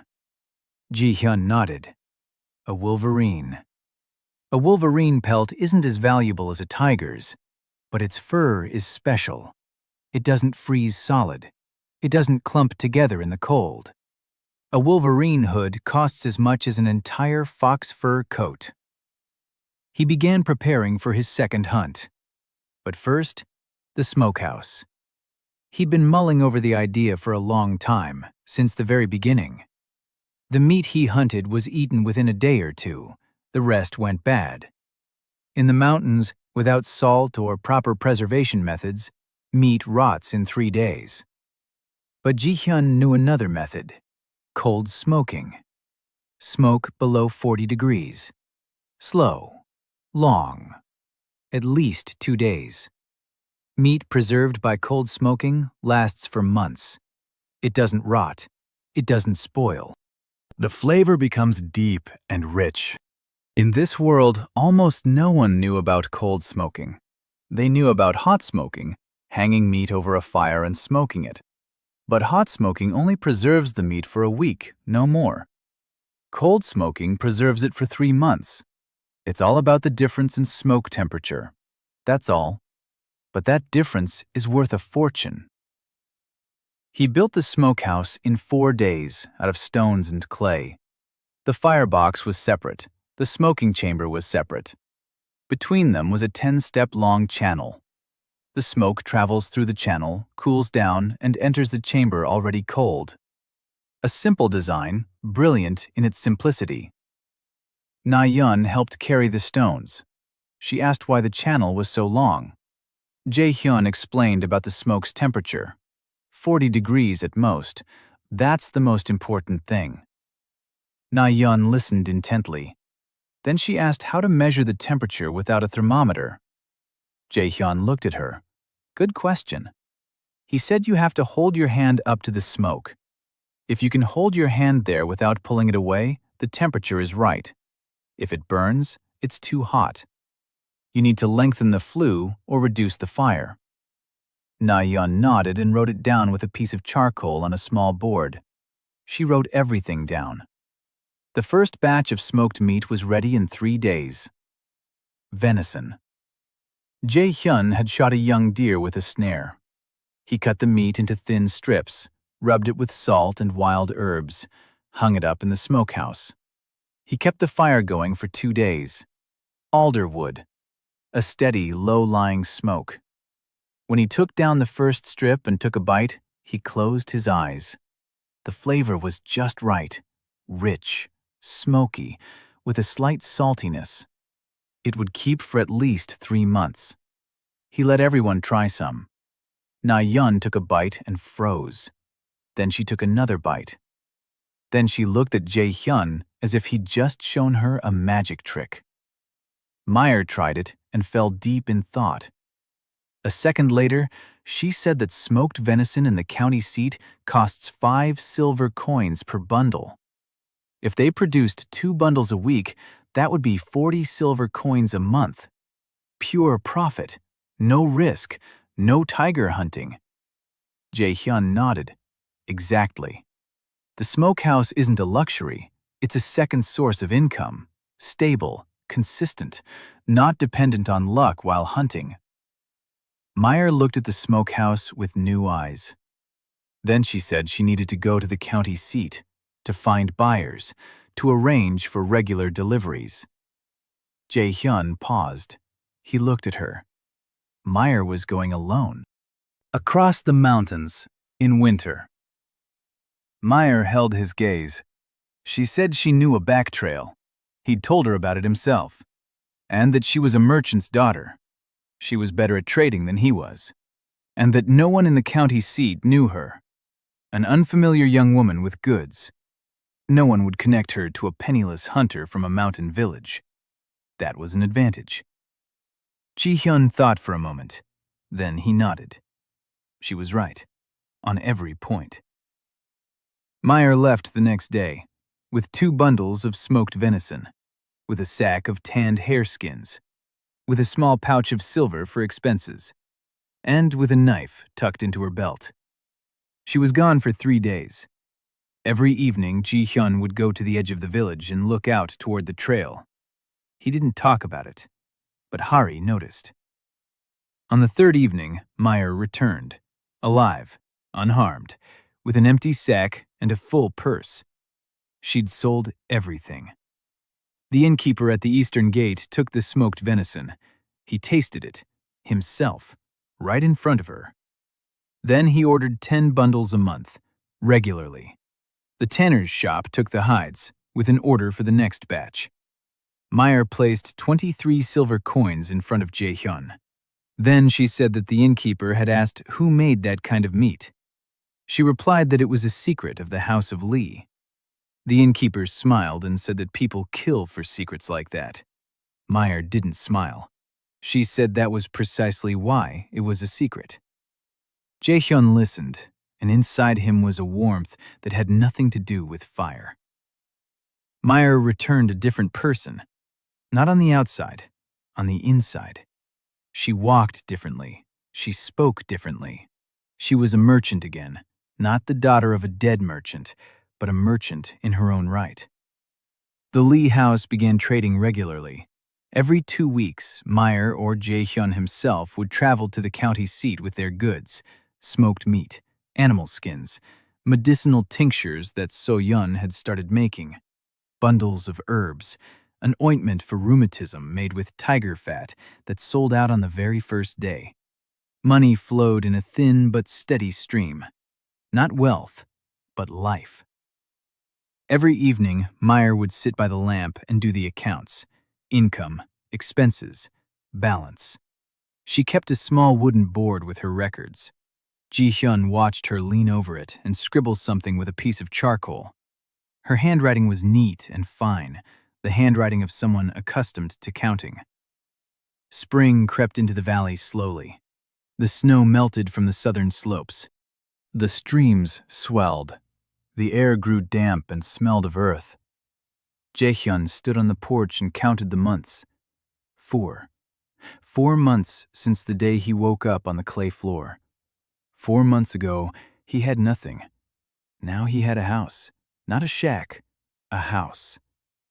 Over the winter, they had raised the walls. They patched the roof. They built a shed for the smokehouse. They dug a cellar for storage. He had a bow, new arrows, knives, tools. He had a business, regular customers in the county seat, 20 to 30 silver coins a month in steady income. And he had people. Not 12 terrified women on the brink of death, 12 pairs of hands. Each knew their job. Each did it without being told. But it was too early to relax, and the 4th month reminded him of that harshly. The Red Spears. The gang that controlled the trade pass had moved further down. Winter had been harsh for them, too. Caravans passed less frequently. Their spoils had dwindled. They began to rob not only at the pass, but also on the approaches to it. 2 merchants from the county seat were robbed on the southern road. One lost his goods. The other lost both his goods and his life. Jae-hyun learned of this from the blacksmith. Ko Pil came to see him himself for the first time. He sat on the porch, looked at the mountains, and then said that the Red Spears were now stationed on the bypass trail as well. That's why he'd told them about it. Jae-hyun clenched his teeth. The bypass trail. His trail. The one he used to walk to town. The one Meyer used to walk along with her goods. Now it's closed. Ko Pil said something else, too. People in the village say that village chief Park Yu-chol has known about the trail for a long time, and that he might have been the one to tell the bandits about it. Why? Because a poor boy from the outskirts had started making money outside his control, outside his cut, outside his shop and his middlemen. The village head didn't get a single coin from the Lee house's trade. It drove him crazy. Jae-hyun thanked the blacksmith. Ko-pil nodded and left. They weren't friends, but the blacksmith remembered how So-yun had healed his wife. That was worth a warning.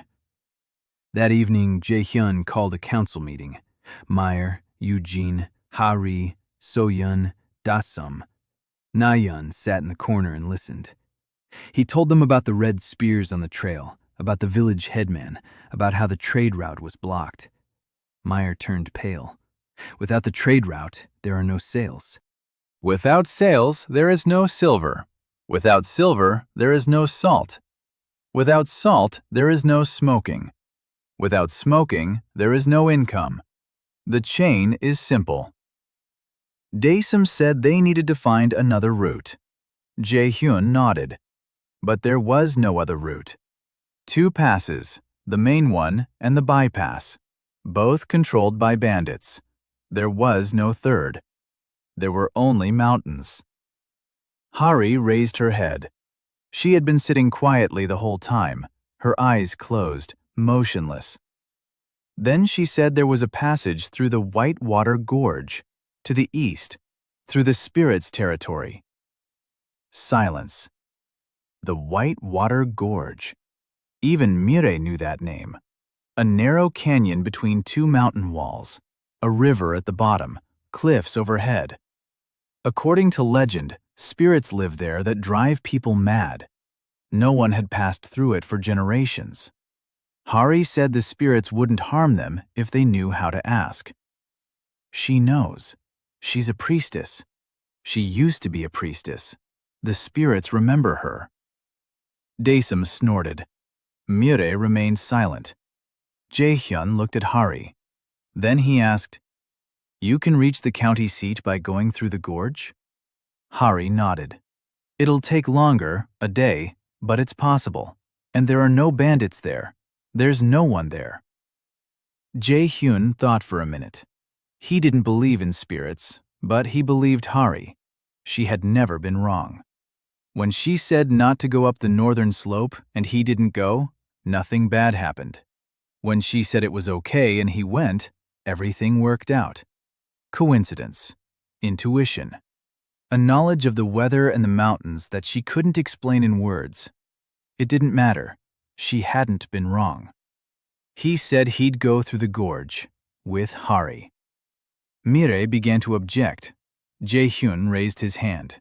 Not an order, a request to wait. He said this was a reconnaissance mission, not a trading expedition. Just him and Hari, traveling light.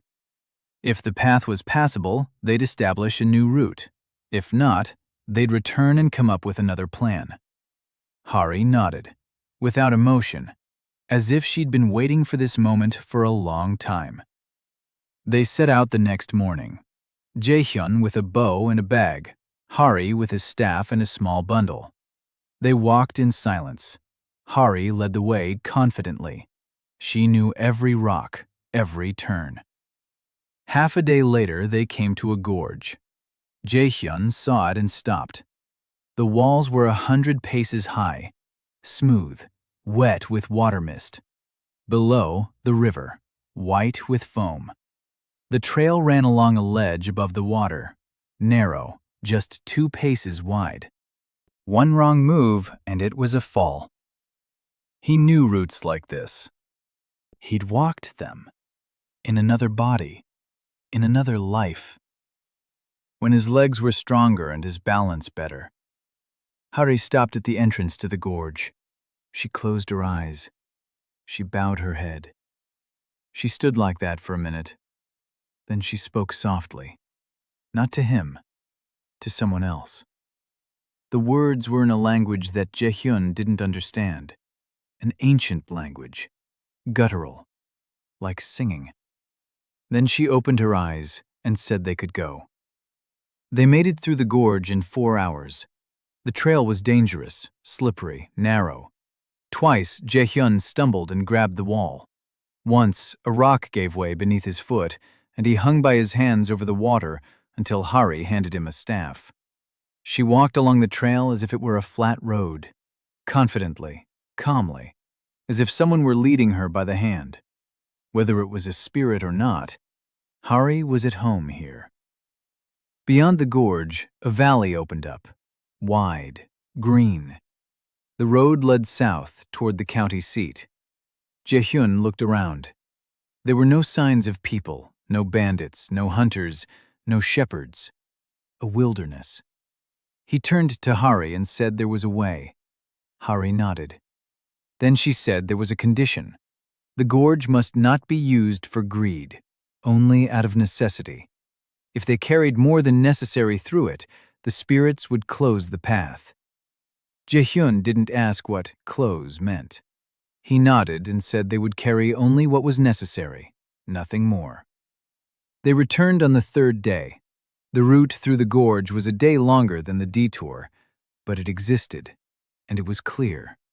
The Lee family could trade. Meyer listened and immediately began calculating. A new route, new deadlines, new volume. She adjusted within an hour. Na-yeon asked Hari all about the gorge, what it was like, what the water was like, what the walls were like. Hari answered briefly. Na-yeon wasn't offended. She was used to it. Hari speaks little, but always to the point. Da-som sat by the wall and watched Hari, without snorting, without commenting. After the gorge, she stopped calling her crazy. A week later, something else happened. A man from the village head's office came to the Lee household. Not a worker, the assistant himself. A young official with a slick smile and shifty eyes. He said that village head Park Yui-chol was offering the Lee household a business partnership. The village head would take responsibility for transporting goods across the pass. He'd ensure safety. He'd handle connections with buyers. That's it. In return, he would receive half the profits. Jae-hyun listened with a stony expression. Half the profits. First, the village head had blocked his path. Then he came to offer protection. A classic move, in any century, in any world. Jae-hyun replied that he would think it over. The assistant left. Meyer stood behind the partition and heard everything. She came out and said one word. No. Jae-hyun nodded. No. Whitewater Gorge. Their new route. One the village head doesn't know about. One he can't block. One guarded not by bandits, but by spirits, or whatever else might be lurking in those cliffs. 3 days later, the assistant came again. He asked for an answer. Jae-hyun said that the Lee house thanked the village head for the offer, but would negotiate on its own. The assistant smiled, a sly smile. Then he left. Jae-hyun knew this wasn't the end. It was the beginning. A week passed after he turned down the village head's offer. It was quiet. Too quiet. Jae-hyun knew that kind of silence. That's how it is before an ambush. The enemy is regrouping, changing tactics, preparing their next move. He didn't wait. He started getting ready. The first thing he did was fortify the house, not the walls, the connections. He went to the blacksmith, Ko Pyul, and ordered 4 door bolts. He paid with silver and a bundle of smoked venison. Then he went to the carpenter and asked for help putting up a fence, a normal one, made of poles, with a gate. The carpenter took 3 silver coins and came the next day with his son. They worked for 2 days.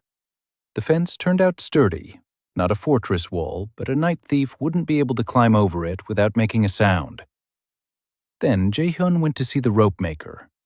The old man greeted him like an old friend.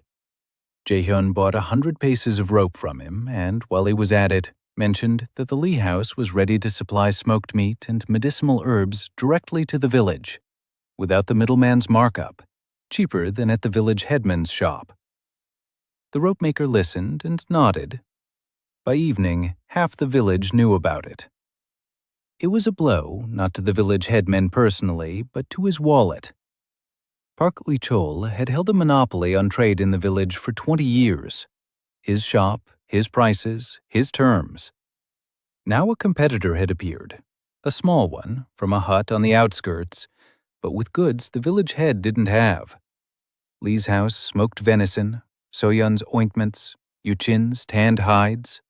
Everything was cheaper. All of it was better. The first to come were 3 families from the southern end of the village. They bought meat and cold ointment. Some paid with silver, some with grain, and some with labor. Jae-hyun accepted it all. Barter worked just as well as money. A sack of grain for a bundle of meat, 10 eggs for a bunch of herbs, a day's work with an axe for a pot of ointment. Meyer kept track of the transactions. Each deal was recorded on a small wooden board. After 2 weeks, 10 families were visiting the Lee house. That was a third of the village. The village head reacted in the 3rd week. He came in person, for the first time ever. Park Yu-chol, sturdy, round-faced, small eyes, an expensive robe. 2 workers followed him. He stopped at the gate of the new fence and looked at the house, at the smokehouse, at the shed where bundles of meat hung, at Yuchin, who was sitting by the window frame, stretching out a fox belt, at Soyeon, who was drying herbs under the shed. Then he looked at Jae-hyun. Jae-hyun was standing by the gate, waiting. The village head spoke calmly.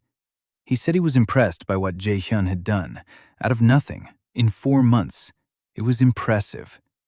Then he said that there was an established order in the village, an order that had been in place for 20 years. Trade through his shop, his prices, his connections. This order fed the village. It protected it. If everyone started trading on their own, the order would collapse, and with it, the village would collapse. He spoke smoothly, convincingly, like a man who had delivered such speeches many times before. Jae-hyun listened. Then he replied. He said he wasn't disrupting the system. He sells his goods at his own price. The law of the house grants him that right. The village head narrowed his eyes. Then he said that the law of the house grants rights, but offers no protection. The mountains are dangerous. The roads are dangerous. Bandits, wild animals, accidents. Who knows what could happen to a man who travels through the mountains alone? Jae-hyun looked him in the eye, without blinking. Then he said quietly that he wasn't alone. He had 13 people with him, the blacksmith who owed him a favor, the rope maker who bought from him, 10 families who were being treated by him, and the county judge a day's journey away. The village head remained silent. His eye twitched, the left one, slightly, almost imperceptibly. But Jae-hyun noticed. Park Yu-chol turned and walked away. The workers followed him. Mire came out of the house. She had been standing by the door and had heard everything. She said this wasn't the end, that the village head would now act through intermediaries, through officials, through thugs, through rumors. Jae-hyun nodded. He knew. But now he had something he hadn't had 4 months ago. Money, connections, a reputation, and people standing behind him. A week later, what he'd been waiting for happened. At night, someone set the smokehouse on fire. Jae-hyun woke up to the smell of smoke. Not his own smoke, someone else's. Bitter. He bolted out barefoot. The roof of the shed was on fire. The flames were licking at the beams. Smoke rose in a column. He shouted for everyone to get out. The women jumped to their feet. Na-yeon was the first. Mire followed her, then the rest.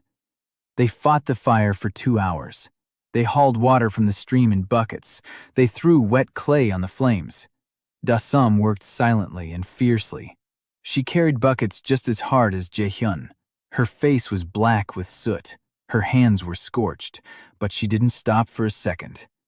They saved the smokehouse. The shed burned down. Some of the meat was lost, but the smoking chamber survived. The stone walls held up. In the morning, Jae-hyun surveyed the scene. He found tracks. 2 people. They'd approached from the west, across the wasteland. They'd brought a bundle of dry straw, set it on fire, and left, quickly and professionally. Not villagers. the village headman's men, or people he'd hired.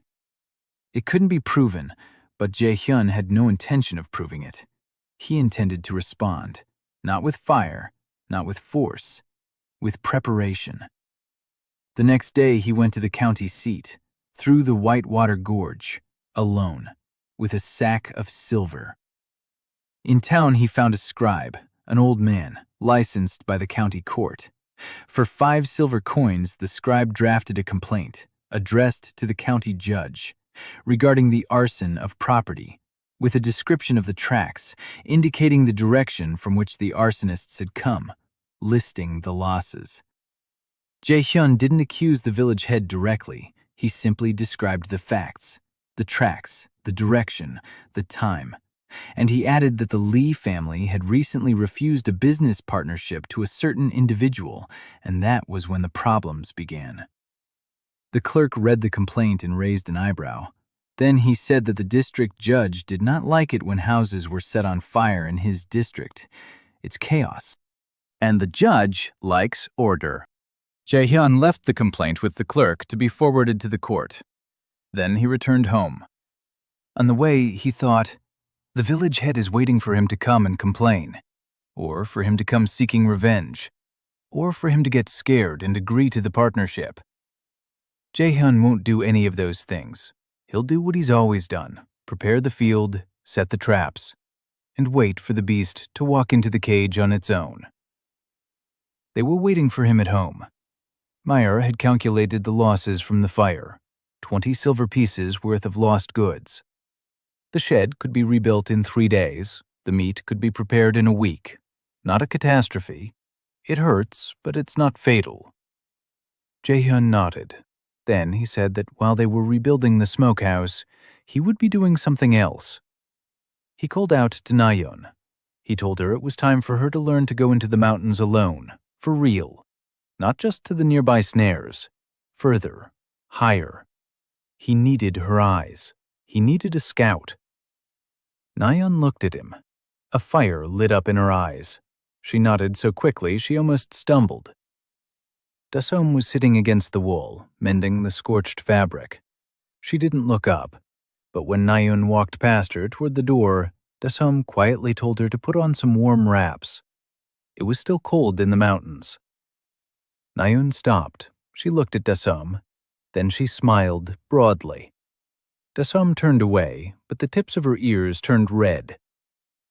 The complaint reached the county judge 5 days later. 3 days after that, an official arrived in the village. He was young, with the court seal on his sash, accompanied by 2 guards.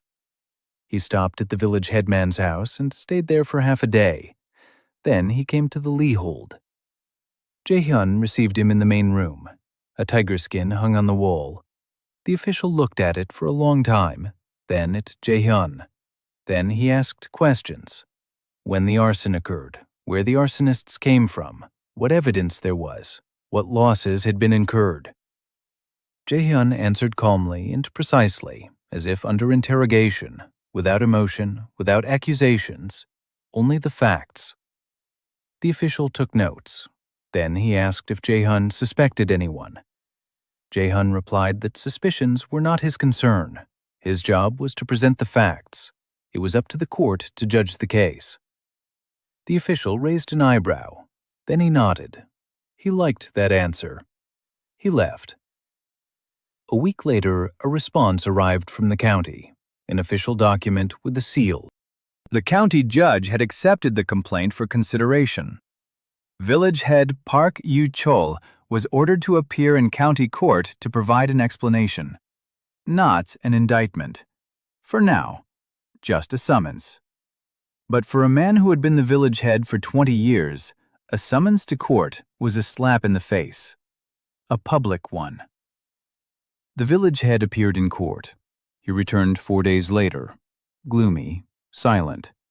His left eye twitched incessantly.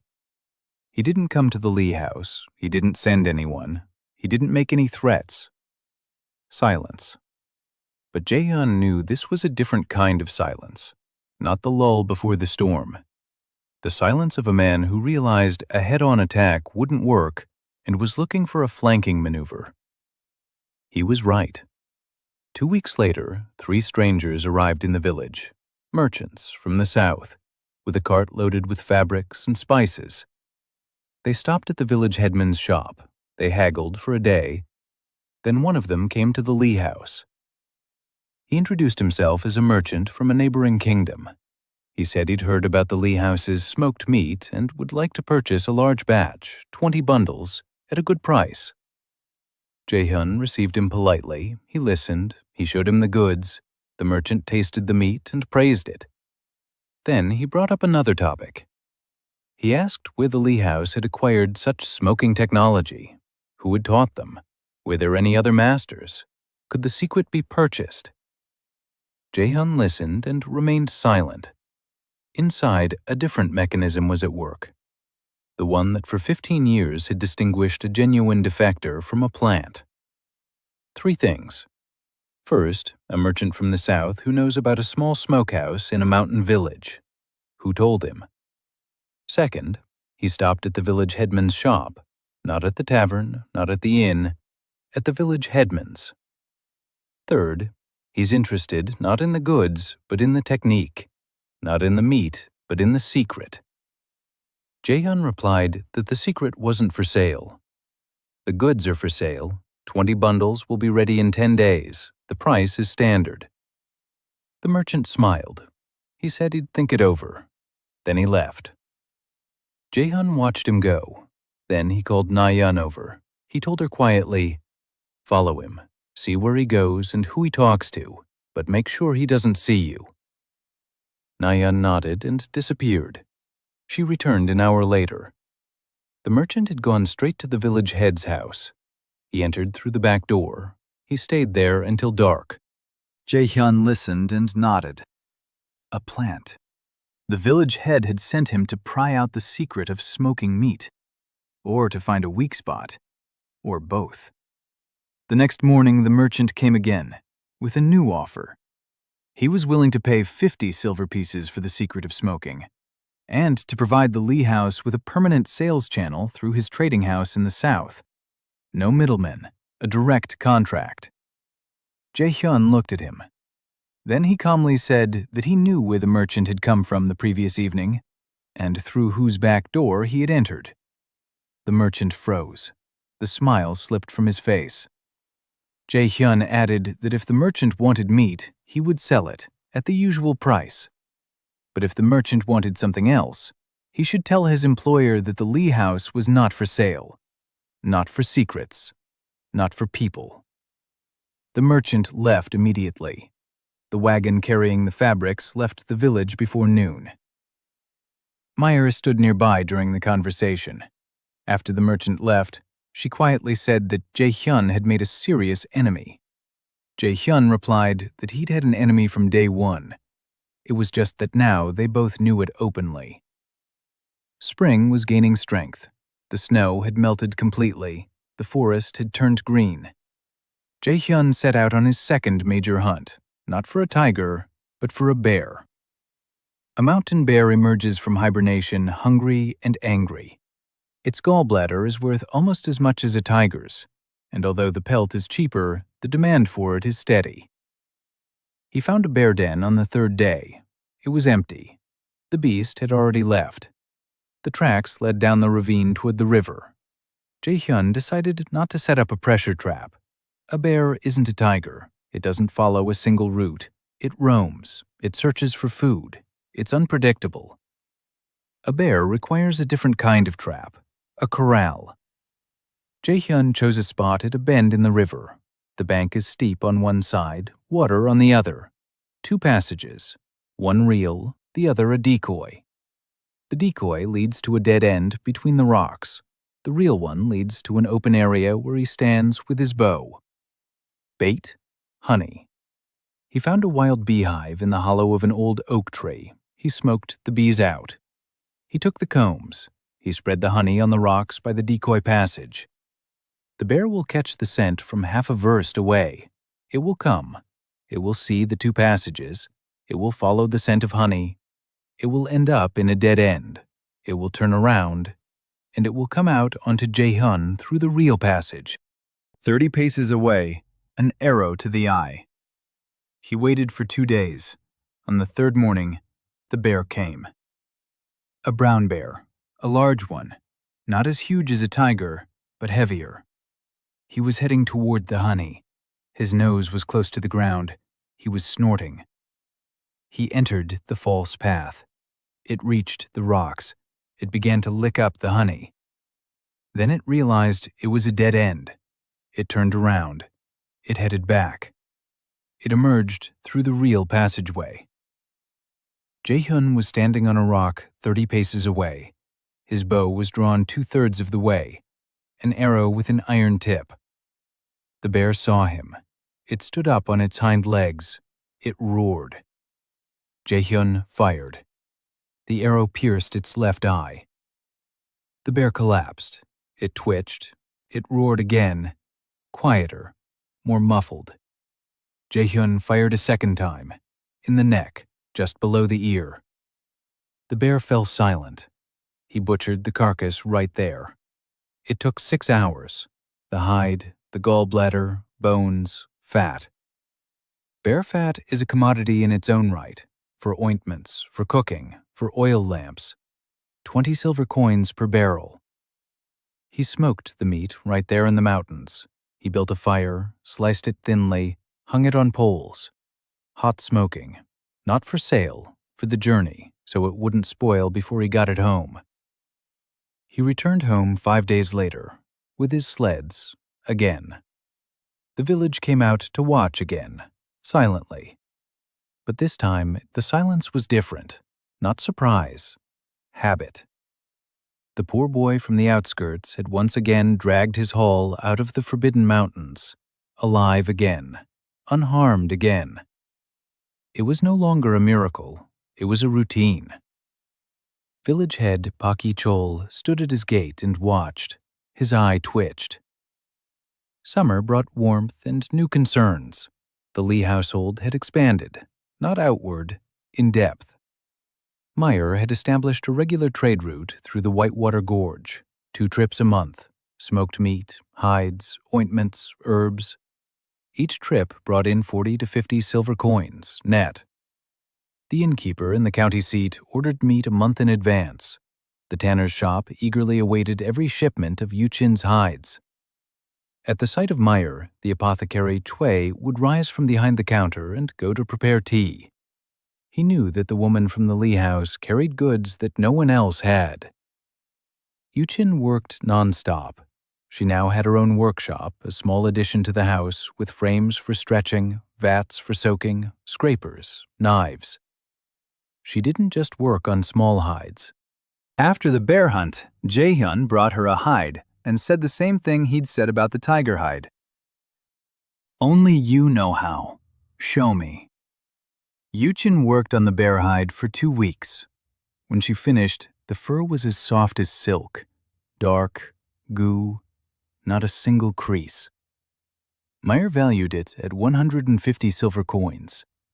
Yuchin heard the price and smiled for the first time ever. Not just the corners of her lips, a real smile. Soyeon saw patients every day. People now came to her not only from the village, from neighboring farmsteads, from distant homesteads. Word of the young healer who had cured the blacksmith's wife in 2 days and pulled a tooth without pain had spread throughout the entire region. She was no longer afraid. Her hands didn't tremble. She examined patients. She diagnosed. She prescribed treatments. She brewed decoctions. She made ointments. Jae-hyun brought her the ingredients and didn't interfere.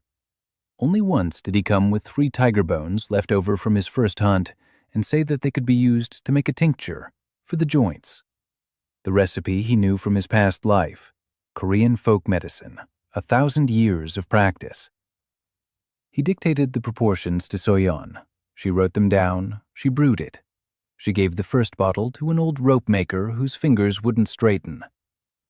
A week later, the old man came and silently placed a sack of hemp by the door.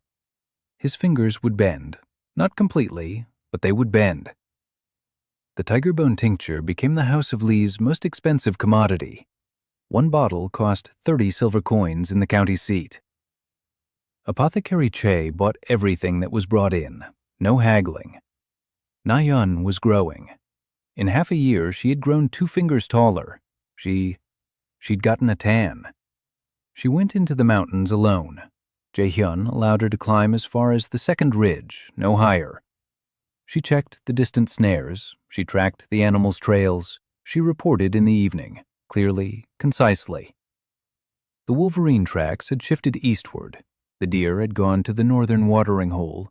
There were new tracks on the western slope, a large animal, feline tracks. Jae-hyun listened and each time caught himself thinking that she was learning faster than any soldier he had trained in his past life. He began teaching her to read and write, in the evenings, by the fire, with a charcoal stick on small wooden slats. Na-yeon picked it up instantly. After a month, she was reading simple texts. After 2 months, she was writing in neat, small handwriting. After 3 months, she was keeping her own journal of observations of the forest. The house had become cramped. 13 people in 3 rooms. Jae-hyun decided to build, not a new hut, a real house, with separate rooms, with a workshop for Yoo-jin, with a medicine cabinet for So-yeon, with a pantry for Mire, with a kitchen, with a common room. He hired a carpenter and his son for a month. He brought logs from a distant hillside, stone from a quarry, roof tiles from the county seat. They built all summer long. Everyone worked. Jae-hyun hewn the logs. Da-sum hauled stones alongside the men, silently, furiously, as if every stone were a personal enemy. Yoo-jin sewed insulation for the walls from scraps of hides. So-yeon made sure no one overexerted themselves. Mire kept track of expenses and scolded the carpenter when he overcharged for a sky. Hadi stood at the edge of the construction site and watched in silence. Sometimes she spoke. "Move this wall a little to the left. The ground is softer here." No one asked how she knew. They just moved it. Na-yeon ran back and forth between everyone, handing out tools. She knew where everything was better than Jae-hyun. By the end of the summer, the house was ready. Big, sturdy, with a tiled roof, with a stone foundation, with a wide porch, with a carved gate that Jae-hyun himself had carved at night. The pattern? A tiger on a mountainside. It's not just decoration, it's a symbol. The Lee House. On their first evening in the new house, they sat in the common room, all 13 of them. A large table, a large pot. Each had her own bowl, her own place, her own room behind her. Jae-hyun sat at the head of the table and looked at them. 6 months ago, 12 broken women on a clay floor in the dark. Now, 12 mistresses in their own home, each with her own task, their own hands, their own purpose. He didn't give a speech. He simply poured the hot wine with herbs that So-yeon had learned to make from mountain berries. He raised his cup and said quietly, "Thank you for making it to summer. I'll never let you go hungry again." No one answered. Na-yeon hugged him from behind and pressed her forehead against his back. Mire lowered her eyes and slowly sipped the wine. Yoo-jin sat upright, staring at her hands on the table. Her sleeves were rolled up. The scars were visible. She didn't hide them. So-yeon wept quietly over her cup. Hadi sat motionless with her eyes closed, and for the first time, her face showed an expression. Peace. Da-sum sat in the corner. She wasn't crying. She wasn't smiling. She was just sitting there, eating, calmly, like someone who had finally stopped waiting for a blow. Autumn of the second year. Exactly 1 year since the day Jae-hyun woke up on the clay floor. Over the course of that year, the Lee house had gone from a hut on the outskirts to the strongest household in the village. 3 hunting trails in the mountains, its own cellar stocked with medicines, its own smokehouse, its own leather tanning workshop, regular customers in the county seat, 30 families in the village who traded directly with Lee's house. That was no longer a third of the village. It was more than half. Village Chief Park Yu-chol was losing his grip, slowly, steadily, like water eroding the shore. Not because Jae-hyun was attacking him, because people were voting with their feet. The meat at the Lee house was better and cheaper. The medicines from So-yeon worked, while the village head's medicines were a waste of silver. Yu-chin's hides were softer and cleaner than anything the village head's middleman brought in. People know how to do the math, even in a mountain village. But Park Yu-chol didn't give up. He was playing the long game. He filed a complaint against Jae-hyun with the county authorities about illegal hunting in the Forbidden Mountains. According to the principality's law, hunting in the Great Ridge is prohibited without the prince's permission. Jae-hyun didn't have permission. The complaint was well written, with details. It listed the trophies and included the testimony of 2 witnesses who had seen Jae-hyun returning from the mountains with his game. An official from the county arrived in the village on the 3rd day, the same young man with the seal. He went to the Lee household and handed Jae-hyun a document, a summons to the county court, on charges of poaching in the off-limits mountains, a fine or confiscation of property. Meyer read the paper and turned pale. Confiscation of property. That meant everything. The house, the smokehouse, the workshop, their supplies, the silver, everything they'd been building up over the past year. Jae-hyun took the paper and read it himself, calmly. Then he folded it and tucked it into his shirt front. Then he asked the official when the trial would be. In 10 days. The official left. Jae-hyun sat down on the porch. He thought for an hour. Then he called Meyer. He told her he needed silver, a lot of it, 100 coins. Meyer asked why. Jae-hyun replied that he needed to buy a hunting permit, retroactively. Mireille looked at him. Then she said that the permit was issued by the prince's chancellery, not the district court. The chancellery in the principality's capital, a 2-day journey away. Jae-hyun nodded. He knew that. But he knew something else, too. Any chancellery in any century works the same way. Paper, a seal, a bribe. He set out the next day. Through the Whitewater Gorge, then south, then west. It was a 2-day journey to the principality's capital, a small town behind stone walls.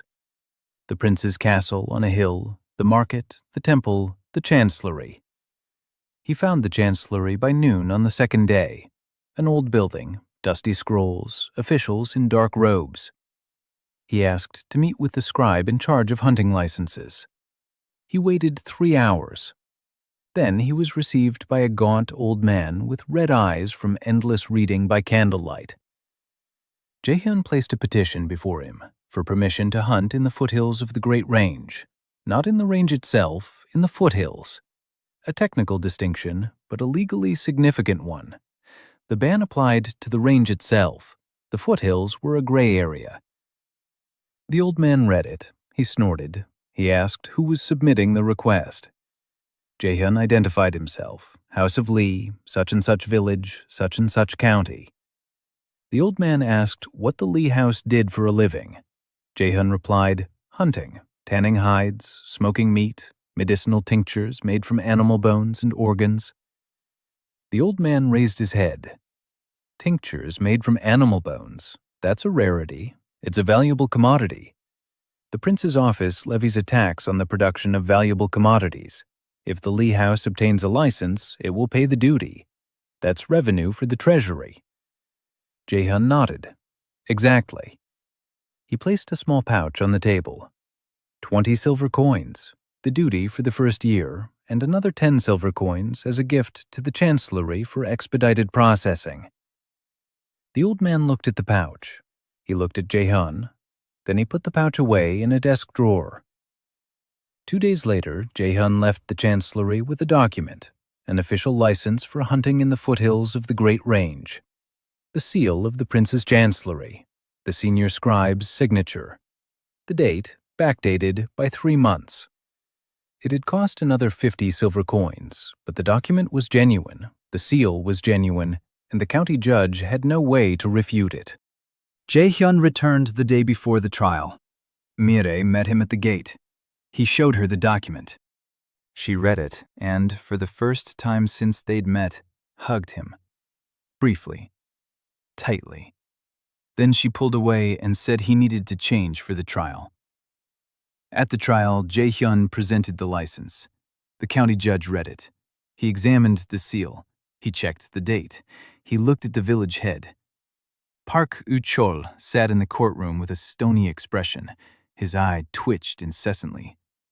The judge announced that the complaint was dismissed. The license is valid. The fishing operation is legal. The case is closed. Then the judge added a few words of his own. He said that over the past year, 4 complaints had been filed by villagers against village head Park U-chol. Abuse of power, overpricing at the monopoly store, suspected ties to the Red Spears gang, and the arson of the Lee family's property. Taken individually, each complaint wasn't enough to warrant charges, but together they painted a picture. The judge warned the village head that if a 5th complaint were filed, he would order a full investigation, with all the consequences that entails. Park U-chol walked out of the courthouse without looking back. Jae-hyun followed him across the square. Their eyes met for a second. There was hatred in the village head's eyes, pure, concentrated. But beneath it, Jae-hyun saw something else. Fear. For the first time in his life, the village head was afraid, not of Jae-hyun, of what Jae-hyun had built, a system that functioned without him.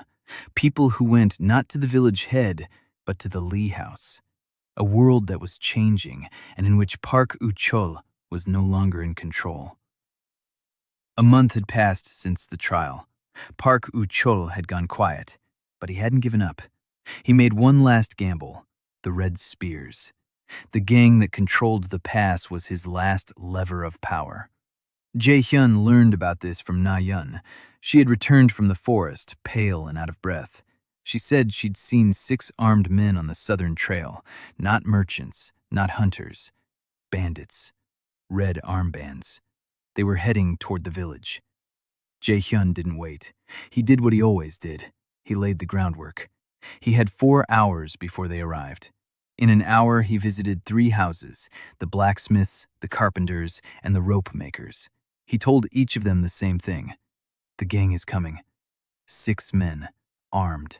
If they enter the village with impunity, they'll come back tomorrow, and the day after tomorrow, and in a week, and the village will become their feeding ground forever. Ko-pil pulled a hammer from under the workbench. Heavy. A blacksmith's hammer.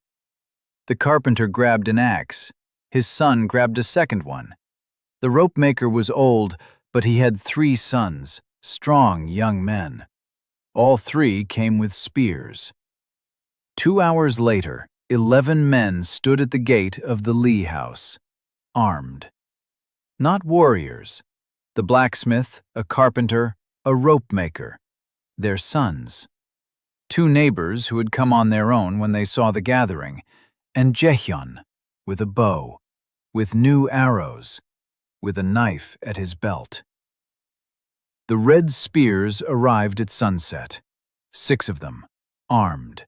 Swords, spears, leather armor.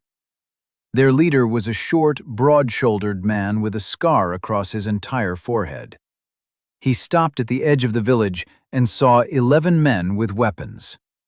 This was not what he had expected.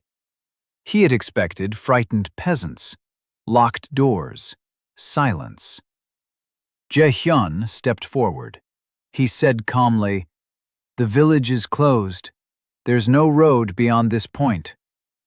The leader looked at him, then at the blacksmith with his hammer, then at the others. Then he said they'd come on business to see the village head, not them. Jae-hyun replied that the village head was in his house, but the road to him ran through them. And if the bandits needed to see the village head, they should leave their weapons at the gate. The leader smirked. Then his smirk faded, because Jae-hyun had drawn his bow. Not all the way, 2/3 of the way. The arrow with its iron tip was aimed at the ground in front of the leader's feet. Not a threat, a warning. The blacksmith raised his hammer. The carpenter raised his axe. The rest raised their stakes. 11 against 6. Not soldiers against soldiers, but people with something to lose against people who are being paid. The difference was enormous. The leader looked at his men. His men exchanged glances. They'd come for easy money, for a cut from the village elder, not for a fight with a blacksmith brandishing a hammer. The leader spat. Then he turned around. His men turned after him. They walked down the trail back toward the pass, without looking back. The villagers stood by their houses and watched. The village elder stood at his gate, alone, without his workers, without support. He had seen how Jae-hyun had rallied the village in 2 hours, how the people had come not to him, but to the hunter from the outskirts, how his last bet had gone down the trail back home. The next morning, a delegation arrived at the Lee house. 5 families, elders. They stood at the gate and waited. Jae-hyun came out. The eldest among them, an old man named Kwon Tae-ho, spoke on behalf of everyone. He said that the village thanked the Lee house for its protection, and that the village no longer wanted to see Park Ui-chol as village head, and that if Jae-hyun agreed, they would submit a collective petition to the county magistrate requesting a change in village head. Jae-hyun listened. Then he said he would not become village head. He was a hunter, not an official, but he would support the petition, and if they needed evidence of Park Ui-chol's abuses, Dam Lee would provide everything he had: Muir's records, testimonies, and complaints. The delegation left. A week later, the petition was submitted, signed by 23 of the 30 families. The county judge ordered an investigation. The investigation lasted 10 days.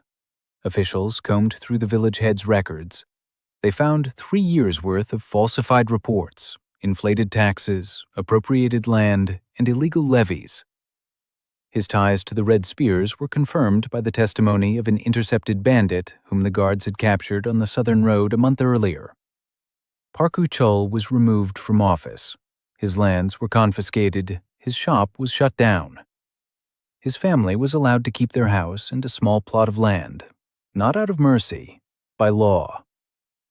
On the 3rd day after the verdict, Park Ui-chol came to the gates of the Lee house, alone, without his servants, wearing a simple robe. He stood at the gate and waited. Jae-hyun came out, the village head, the former village head. He stood before him and, for the first time in his life, made no attempt to save face. His eye didn't twitch. His eyes were empty. He said that his youngest daughter, she's 16, had nowhere to go. He asked the Lee house to take her in as a servant to work, anything at all, just not on the street. Jae-hyun looked at him for a long time, at this clever, greedy, business-minded man who had kept the village in an iron grip for 20 years, who had tried to destroy the Lee house, who had set thugs on his own neighbors, and who now stood at his gate pleading for his daughter. He turned to Mira. She was standing in the doorway. Their eyes met. Mira nodded slightly. Jae-hyun turned to the former village head and said that the Lee house would take in his daughter, not as a servant, as a member of the family. She would work like everyone else, eat like everyone else, live like everyone else. Park Ui-chol dropped to his knees. Slowly, with great effort. He bowed until his head touched the ground. Then he stood up and walked away without looking back. Da-sum stood by the window and watched. She saw the man who had once been a figure of authority kneeling before the man who had once been a nobody. She turned to Jae-hyun. There was something new in her eyes. Not the beginning of respect. Respect. Complete. Unconditional.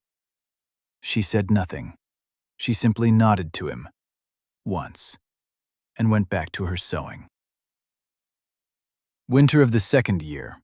Exactly 1 year and 2 months since the first day. Snow had settled on the mountains like a smooth white blanket. Smoke from the chimney of the Lee house rose in a straight column through the still air. It was warm inside. The stove had been stoked since morning. The scent of smoked meat and herbs filled every room. In the kitchen, Na Yun was helping the cook shape dumplings. Her hands moved quickly and precisely. She had grown over the past year. She had shot up. She had lost the roundness of her childish face. She was 16. In 2 years, she would be an adult. But even now, she went into the mountains alone and returned with news more valuable than any pelt. In the workshop, Yu Qin was working on a commission, a snow leopard pelt jacket for a young lady from a noble family in a neighboring county. Her first order from the nobility. Mire found the buyer through the network of trade connections she'd built up over the past year. Yu Qin sewed at night, by the light of an oil lamp. The fur lay flat. The seams were invisible. Her hands, scorched and scarred, were crafting a garment that a nobleman's daughter would wear. And every stitch was as precise as a master's blow. She never let her sleeves fall again. In the doctor's house, So Yun sorted through the winter supplies, dried herbs, tinctures, ointments, and bottles of tiger bone tincture, 8 of them. Each was worth 30 silver coins. She counted them. Then she wrote them down in the notebook Mire had started for her, in neat, even handwriting. She was no longer afraid to treat people. She was afraid not to treat them. Because now people were coming to her, real patients, and she could help. And she did help.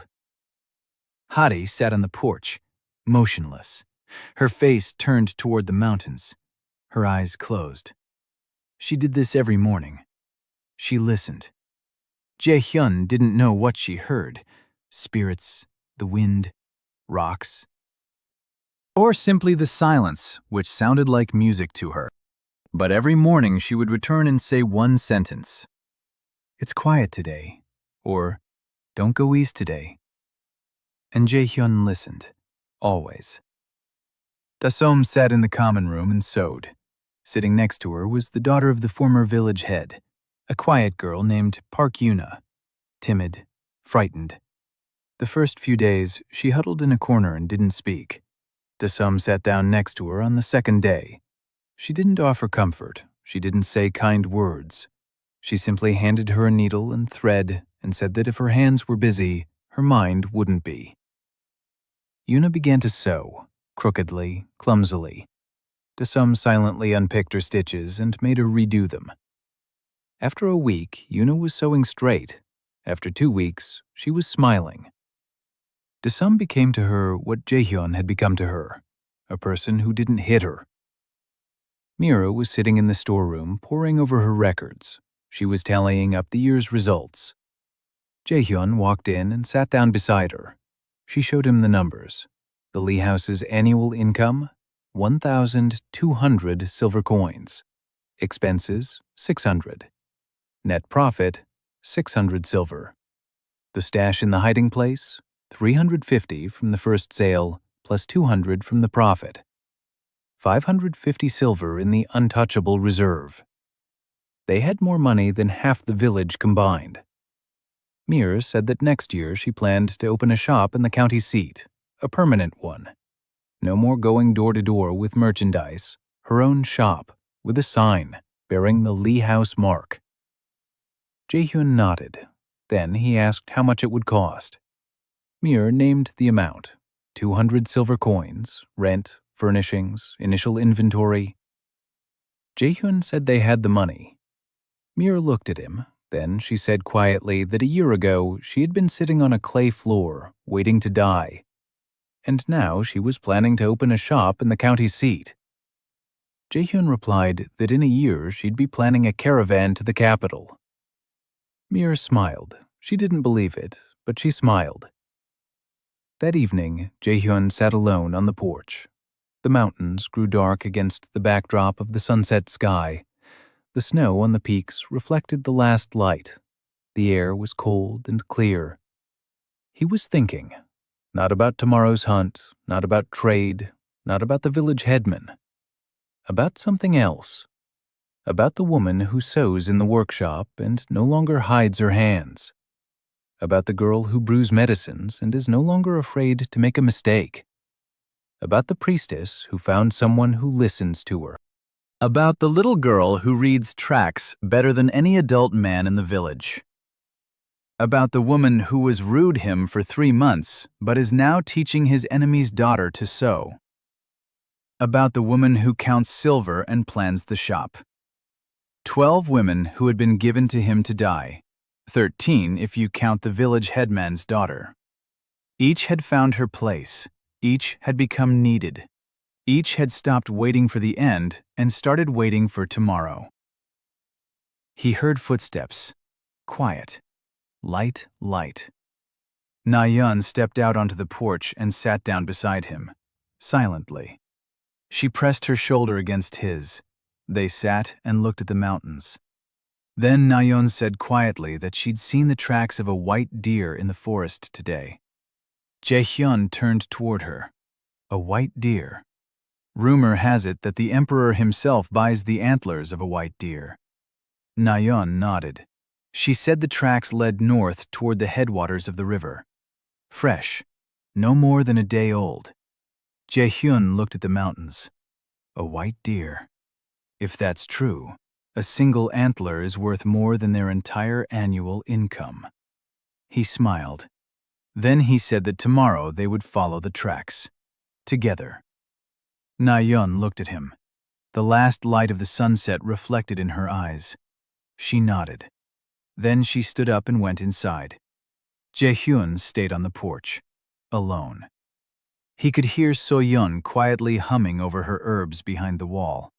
He could hear Yoo-jin tapping a hammer against the frame in the workshop. How Meyer was rustling through her notes. How Da-som was whispering something to Yoon. How Hari stood silently by the window. The house was breathing, alive, busy. 13 people under one roof, each in their own place. Everyone was needed. Then he heard another sound, from outside. The distant clatter of hooves on the frozen road. He stood up. He peered into the darkness. A carriage was traveling along the road toward the village. Black, varnished, without coats of arms. 2 horses, a coachman in a traveling cloak. The carriage stopped at the gate of the Lee house. The door opened. An elderly man in a dark cloak stepped out. His face was calm. His eyes were attentive. He looked at Jae-hyun on the porch. Then he bowed. Not deeply, but respectfully. Jae-hyun stepped down from the porch. They stood facing each other in the light of an oil lantern. The guest asked permission to enter. Jae-hyun invited him in. In the main room, a tiger pelt hung on the wall. The guest entered and stopped in front of it. He stared at the pelt for a long time. Then he stepped closer. His hand found a scar on the left shoulder blade, an old, smooth scar from a ceremonial blade. The guest ran his finger along it. Then he slowly dropped to one knee. He introduced himself. Cho Young-ho, advisor to the Crown Prince of the Kingdom of Hwangju. He said that for 20 years his master had been waiting for news that the beast with the imperial scar was dead, the tiger the prince had wounded in his youth and let escape. According to custom, a blood debt rested upon him. Whoever brought the hunt to an end would inherit the crown's gratitude.